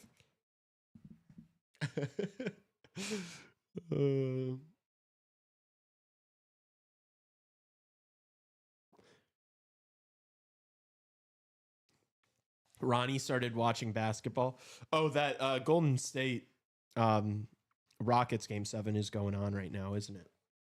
I mean, I'm sure it's not as electric as this. But what's going on over there? 75-66. Golden State Warriors are up. Who cares? Yeah. Yeah, I'm with you on that one. Not me. I'll tell you. Not I, sir. I'll tell you. I know who definitely doesn't care. Me.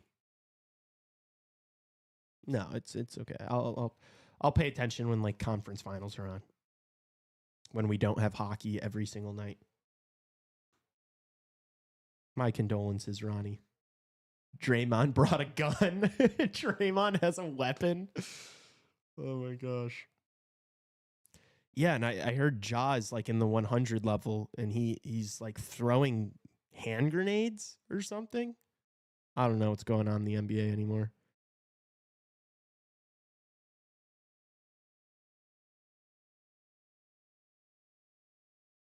For fashion. Of course. Should I hit the tankathon again, Chad, or should I just keep it for tomorrow?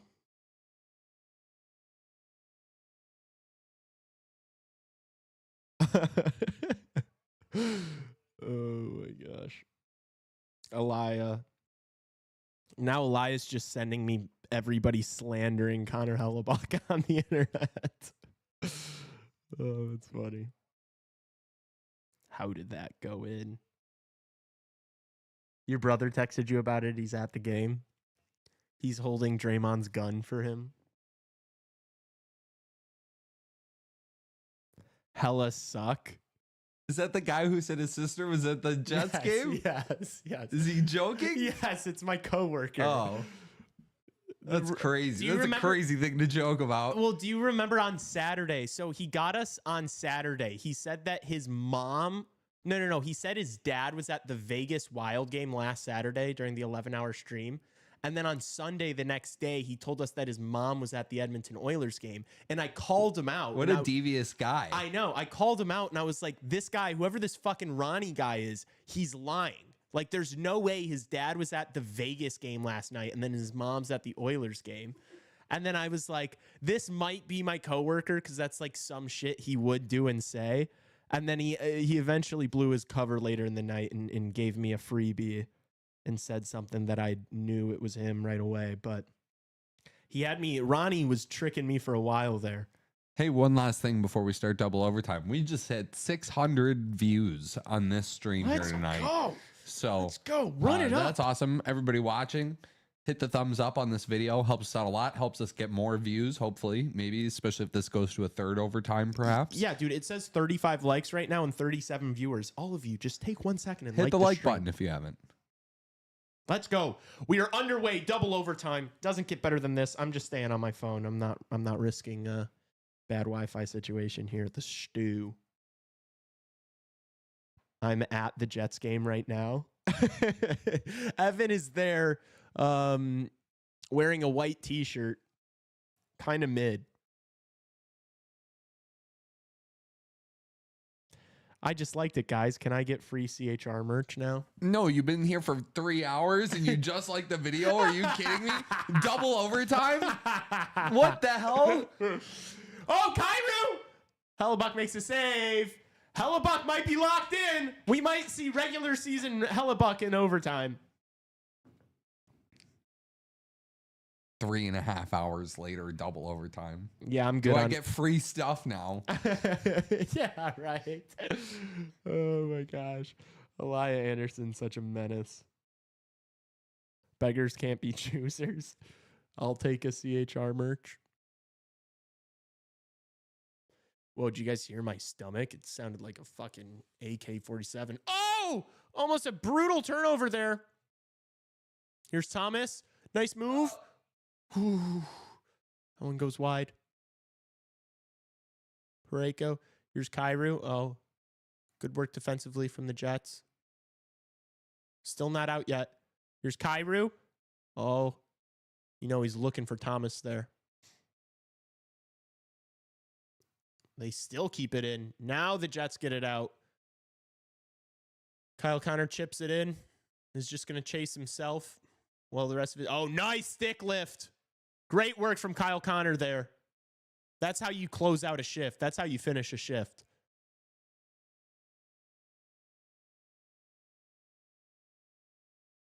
Nemestikov back to the point. Ooh.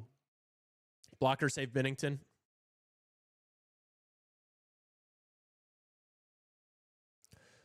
Blues dump it in. Hellebuck plays it. Makes me nervous. Every time he plays the puck, I get a shiver down my spine.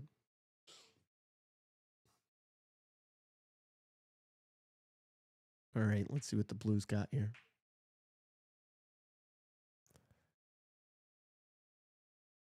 Ehlers. Nice pass. Oh, I think Falk blocked that.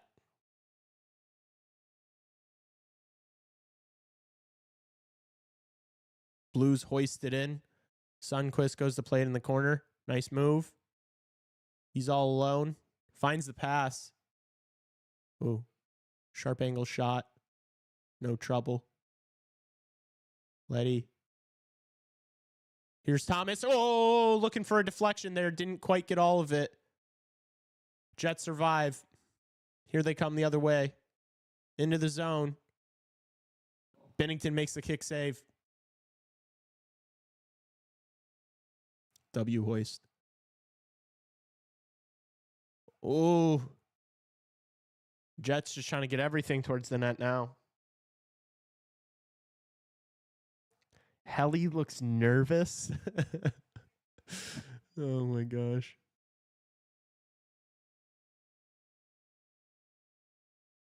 Binnington plays it to Parayko, who loses the puck. Blues still get it out. Toropchenko just dumps it in.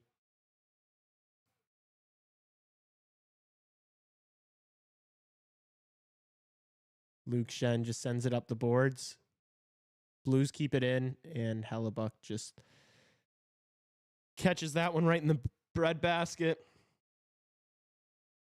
How much do I have to pay to be a mod in this stream? Elia, if you were a mod in this stream, you would just start taking liberties and banning anybody who said anything you didn't like. You would be such a shithead. Binnington ready to knock back some beers tonight.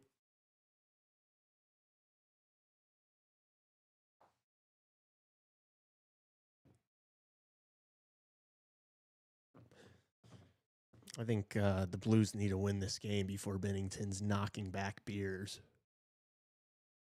But I'm sure he would love to. I mean, who wouldn't? Let's be honest. I'd have a beer with Binner. I hate him. Whoa! He makes the save and covers. That's what the Jets need to do. Get bodies in front of them, take away the eyes, and let them fly from the point. Hey, that's not true entirely. Everything you just said is accurate. You're such a shit. Chicago Wolves legend. Oof. Man, we're getting close. I don't think we're going to see a triple overtime. We just got an Instagram follower. We did just get an Instagram follower. Let's hit the horn. If you're in the stream right now, and you have not followed the Instagram yet, go ahead and follow it so that we can hit that horn. We're horny here at CHR. And if you have already followed it, tell a few friends. Great idea. Yes. Not just one. A few. A few, meaning 3 or more. 3 or more. Thank you. You're welcome. I mean, please and thank you. You're welcome. You're welcome. Oh, trip! Give me it! No, they're not calling it. Perfetti's not getting that one. Sorry, pal.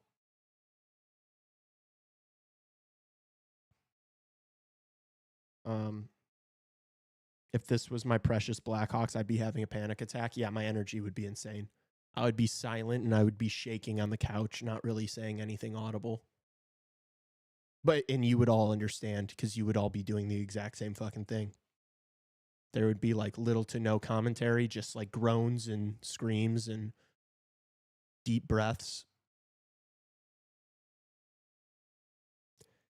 And you would all be doing the exact same thing.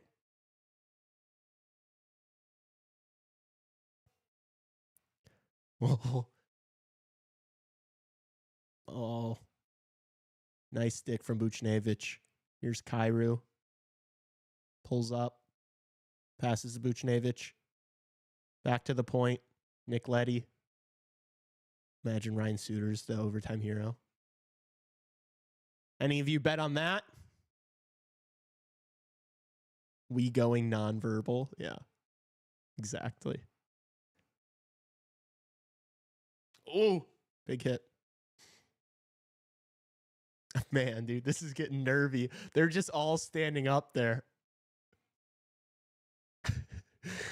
The whole arena's on its feet.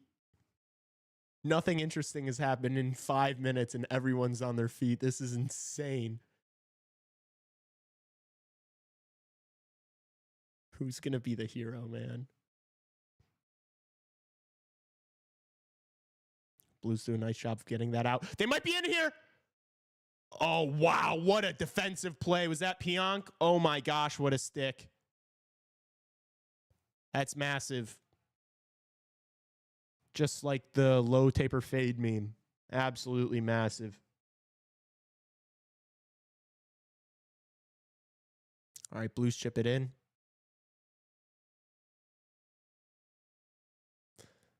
Oh. Fowler? Oh. The redirection puts it wide. Hellebuck. Oh, I thought he gloved it. Imagine he misses that. Glove side again. Oh, no. Winnipeg get it clear, but just for the moment, because here comes the Blues again. Backhand. Hellebuck makes the glove save. Hellebuck glove save in 2025. Let's go. Let's go. Big glove save. Big save. Big save. Is that the last save, chat? Is it the last save? Low taper fade meme is still massive. Gosh, he is such a punchable face. Blockbuster save from Helly. All right, it was a backhander from like... I think he said big blocker. Oh, big blocker. Well, it wasn't that either. A blockbuster save. I like that. Shots are 42-28, and yet the score is all tied. I'm trolling. It's okay. You're forgiven. You're forgiven. Don't worry about it. Keep it moving. Jets win the draw. Should be able to get out here with ease. Can they find a pass? Lowry's just going to send it in.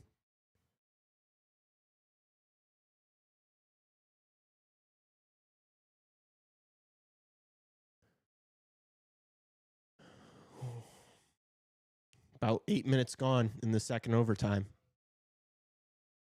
The chances are becoming a lot harder to come by because neither team is making any sort of risk, really. Just trying to play north-south, keep everything in front of you.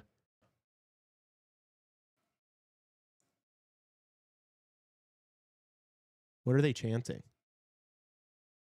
I think it might be Jordan. That's crazy.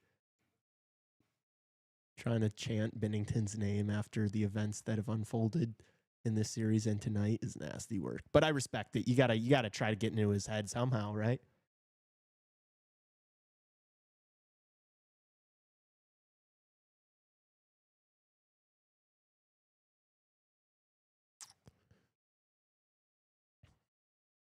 All right. Jets just passing around their own zone. They peel back again. Sandberg passes it up. Perfetti had some space there. Drive from the point. Good save, Binnington. Here's Ehlers. Really tough angle. Binnington makes the save.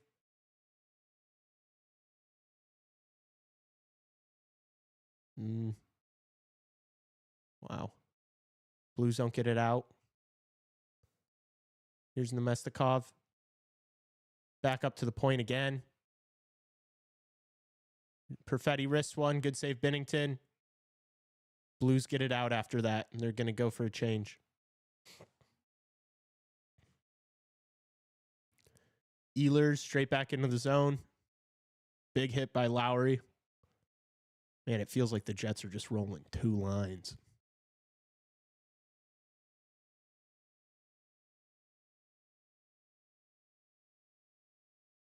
Haven't seen a lot of Toropchenko in this second overtime period.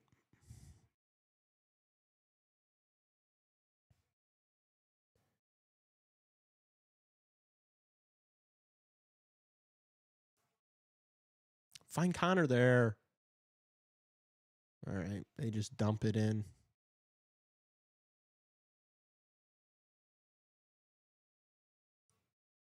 Here's Thomas. Come on, dude. This kind of sucks. Like, neither of these teams are even trying to carry it into the zone anymore. Icing St. Louis. All right, we get an ozone draw.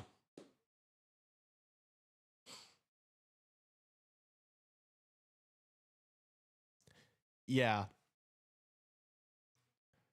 There's one on Toronto.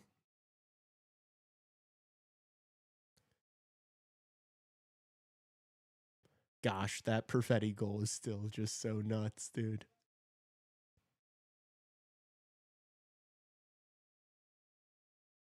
They happen to be brothers. Yes, indeed they do.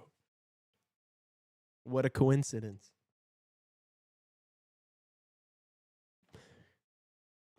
I know like 3 different people with the last name Tanev. You do? No. Oh. No. I was going to say. No, I do not know a single Tanev. I don't think that's a super. Maybe it is. I don't know what country of origin that name comes from. I just got confirmation that we have a guest at 11:30 Central tomorrow. Oh, very nice. One of Raven's favorites. Oh yeah. Yeah. Raven gonna pop in? Maybe if he wants to. Holy shit! Someone score already? Yeah, we're starting to get close to that wee hour of the evening. I wanted this to be an early sleep night for me. Monty's locked in. Shots are 44-28.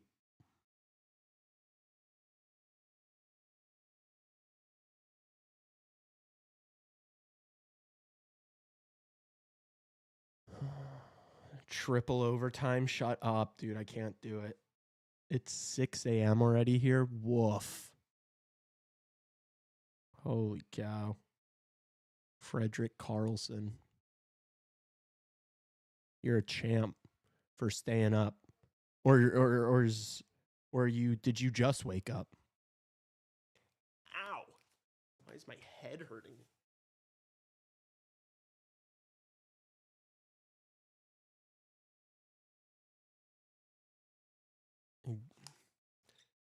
Love that. Terry, you do what you got to do. Watching by any means necessary. That's what CHR chat does.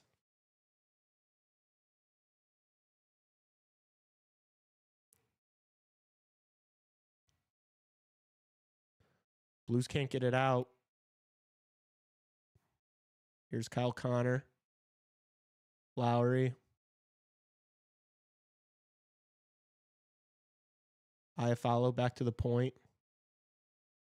Pionk lets one fly. And it misses the net, but then Binnington covers. Yeah, it's gonna be a greasy goal off of a skate. That's gonna be the game winner at this point. It would be sick if it was like a snipe or a Connor Hellebuyck softie. No, I'm not rooting for it. I'm not preying on his downfall. It's just a little funny.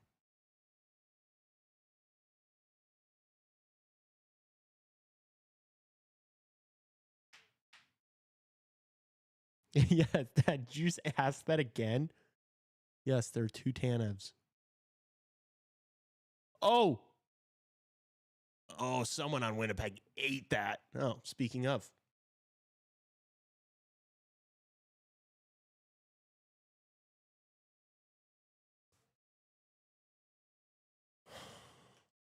Ooh.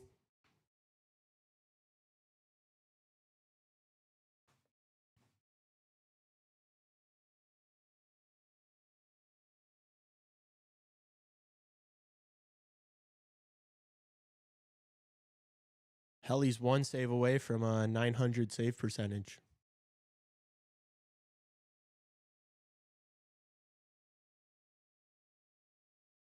Icing.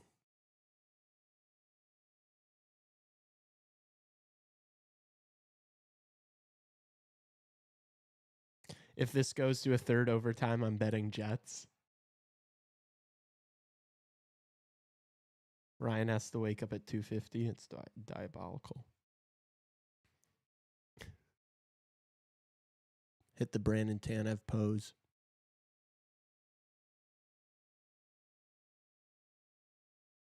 It hurts my eyeballs. 8 minutes left in the second overtime. Oh my gosh, dude. Are we really going to have triple overtime?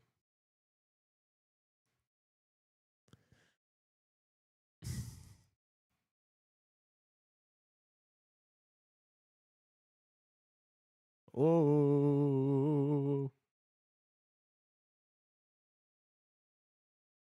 Nice play. Kyrou couldn't find Buchnevich there.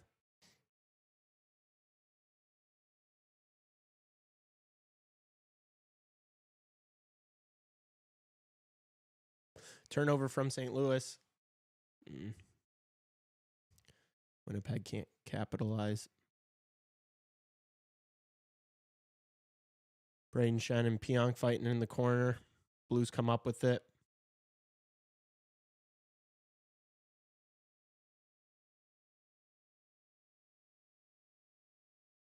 Parayko.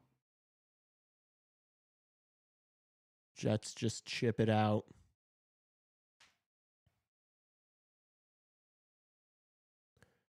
Here's Snuggerud. No, he's going to go for a change.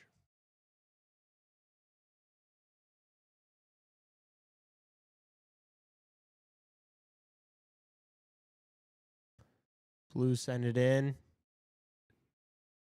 Jets get it out. Here's Iafallo with some speed. Cam Fowler with a nice stick.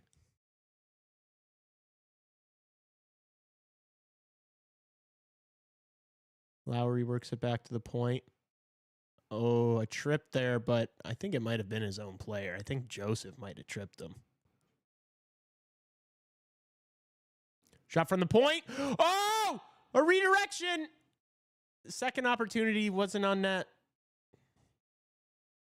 That's the type of goal you see at this point. I want 4 overtimes. Oh, what is wrong with you? Oh, Ehlers. Perfetti on a hat trick.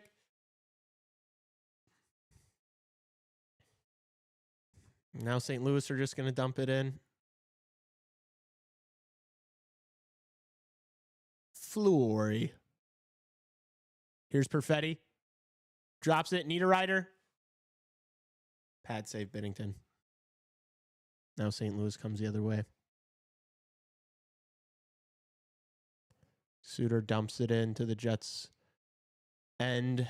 Hellebuck stops it.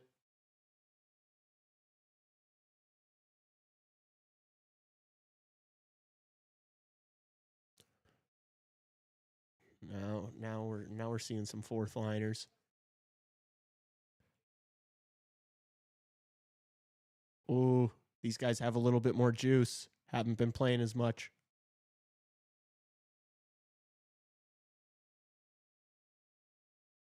Oh.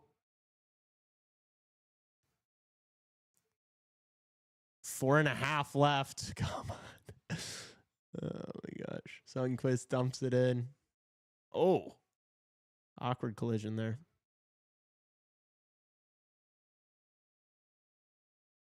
Here's Lowry carrying for the Jets. That one never got to Binnington, I don't think. Nice. Let it rip. Oh my gosh, it just goes wide. That might have hit the post, honestly. Let it fly again. Back up to the point. Puke, they score! Lowry gets the tip! Oh my gosh, Lowry ends it in double overtime. And the Jets come back and win improbably. Oh my gosh, from 3-1 down with just a couple minutes to winning it in double overtime. What's the narrative now? Because it can't be Connor Hellebuck. The Jets are going to advance. Gutsy performance to come back in this game, especially with no Mark Scheifele. Wow. Lowry does it. F the Blues. Hellebucks. Nice job avoiding the choke. We'll still get pumped by Dallas.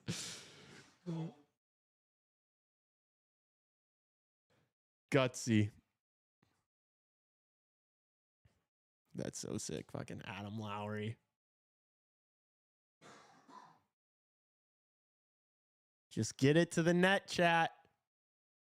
I don't even know if that touched Lowry. He might have just like claimed that. Wow, what a game.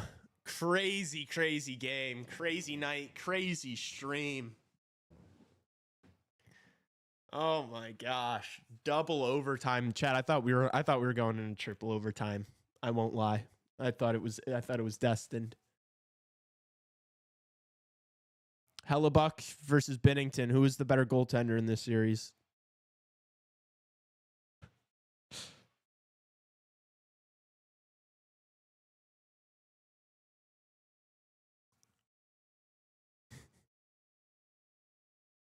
It was me. I would have saved it.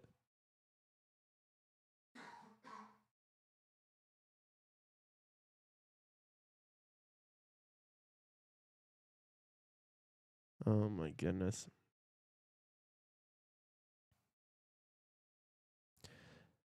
Trevor, if you bet $10 at plus 600, that's not, you wouldn't win $610.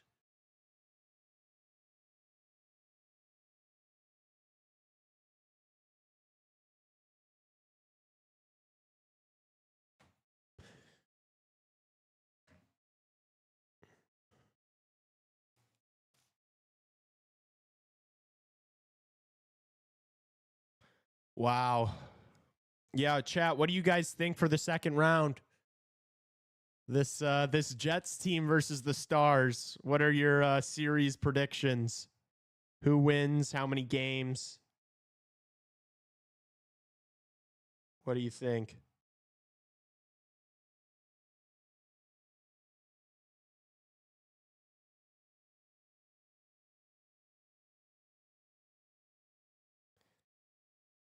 Trevor, you did not bet $10 at plus 600, and that payout would be $60. It's not $600, you capper.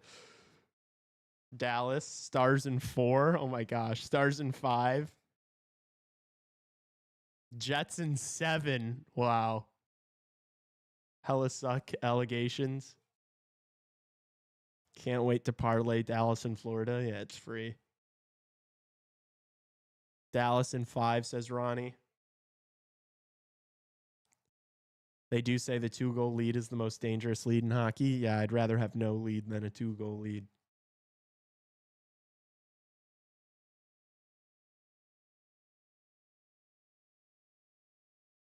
Some people say that.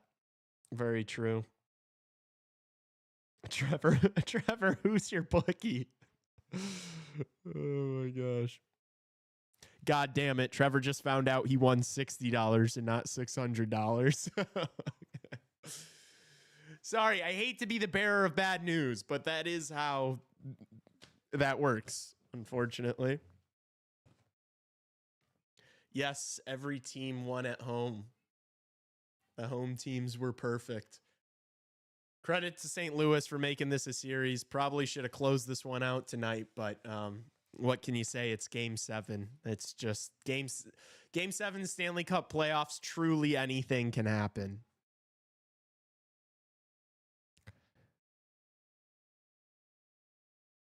You're correct. Yes, I know. Unfortunately. Sorry. I wish you won $600, Trevor. But yeah, that would have been plus 6,000 if you were going to win $600. All right. Chat, this was awesome. That was cinematic. That's the end of the first round of the Stanley Cup playoffs. I have a feeling we're going to have more moments like this for the rest of the playoffs, and CHR is going to keep it up with these streams. We're going to be cranking them out, doing them every night pretty much we can. Thank you guys so much for hanging out. Show tomorrow, 11 a.m. Central. Show tomorrow at 11 a.m. We are hitting a stick and puck at like 6:15. 6 a.m. 6 a.m. No 15 about it. No. 6 a.m. So I am going to get home and go to bed so that I don't want to die tomorrow. And we will probably be streaming tomorrow as well. Yeah. So I mean, I feel like we have. you will see that. Yeah. But everybody will get the schedule. Yeah. It'll be posted on Instagram. But schedule tomorrow come out. will probably be a part of that. Yep. So we'll see you tomorrow. Yeah. Show, most likely a stream. We'll see you then. Follow the Instagram if you haven't yet. Subscribe to the YouTube channel. We love you. Boom. See you tomorrow. David Dwork on the show tomorrow at 11:30 Central. So stick around.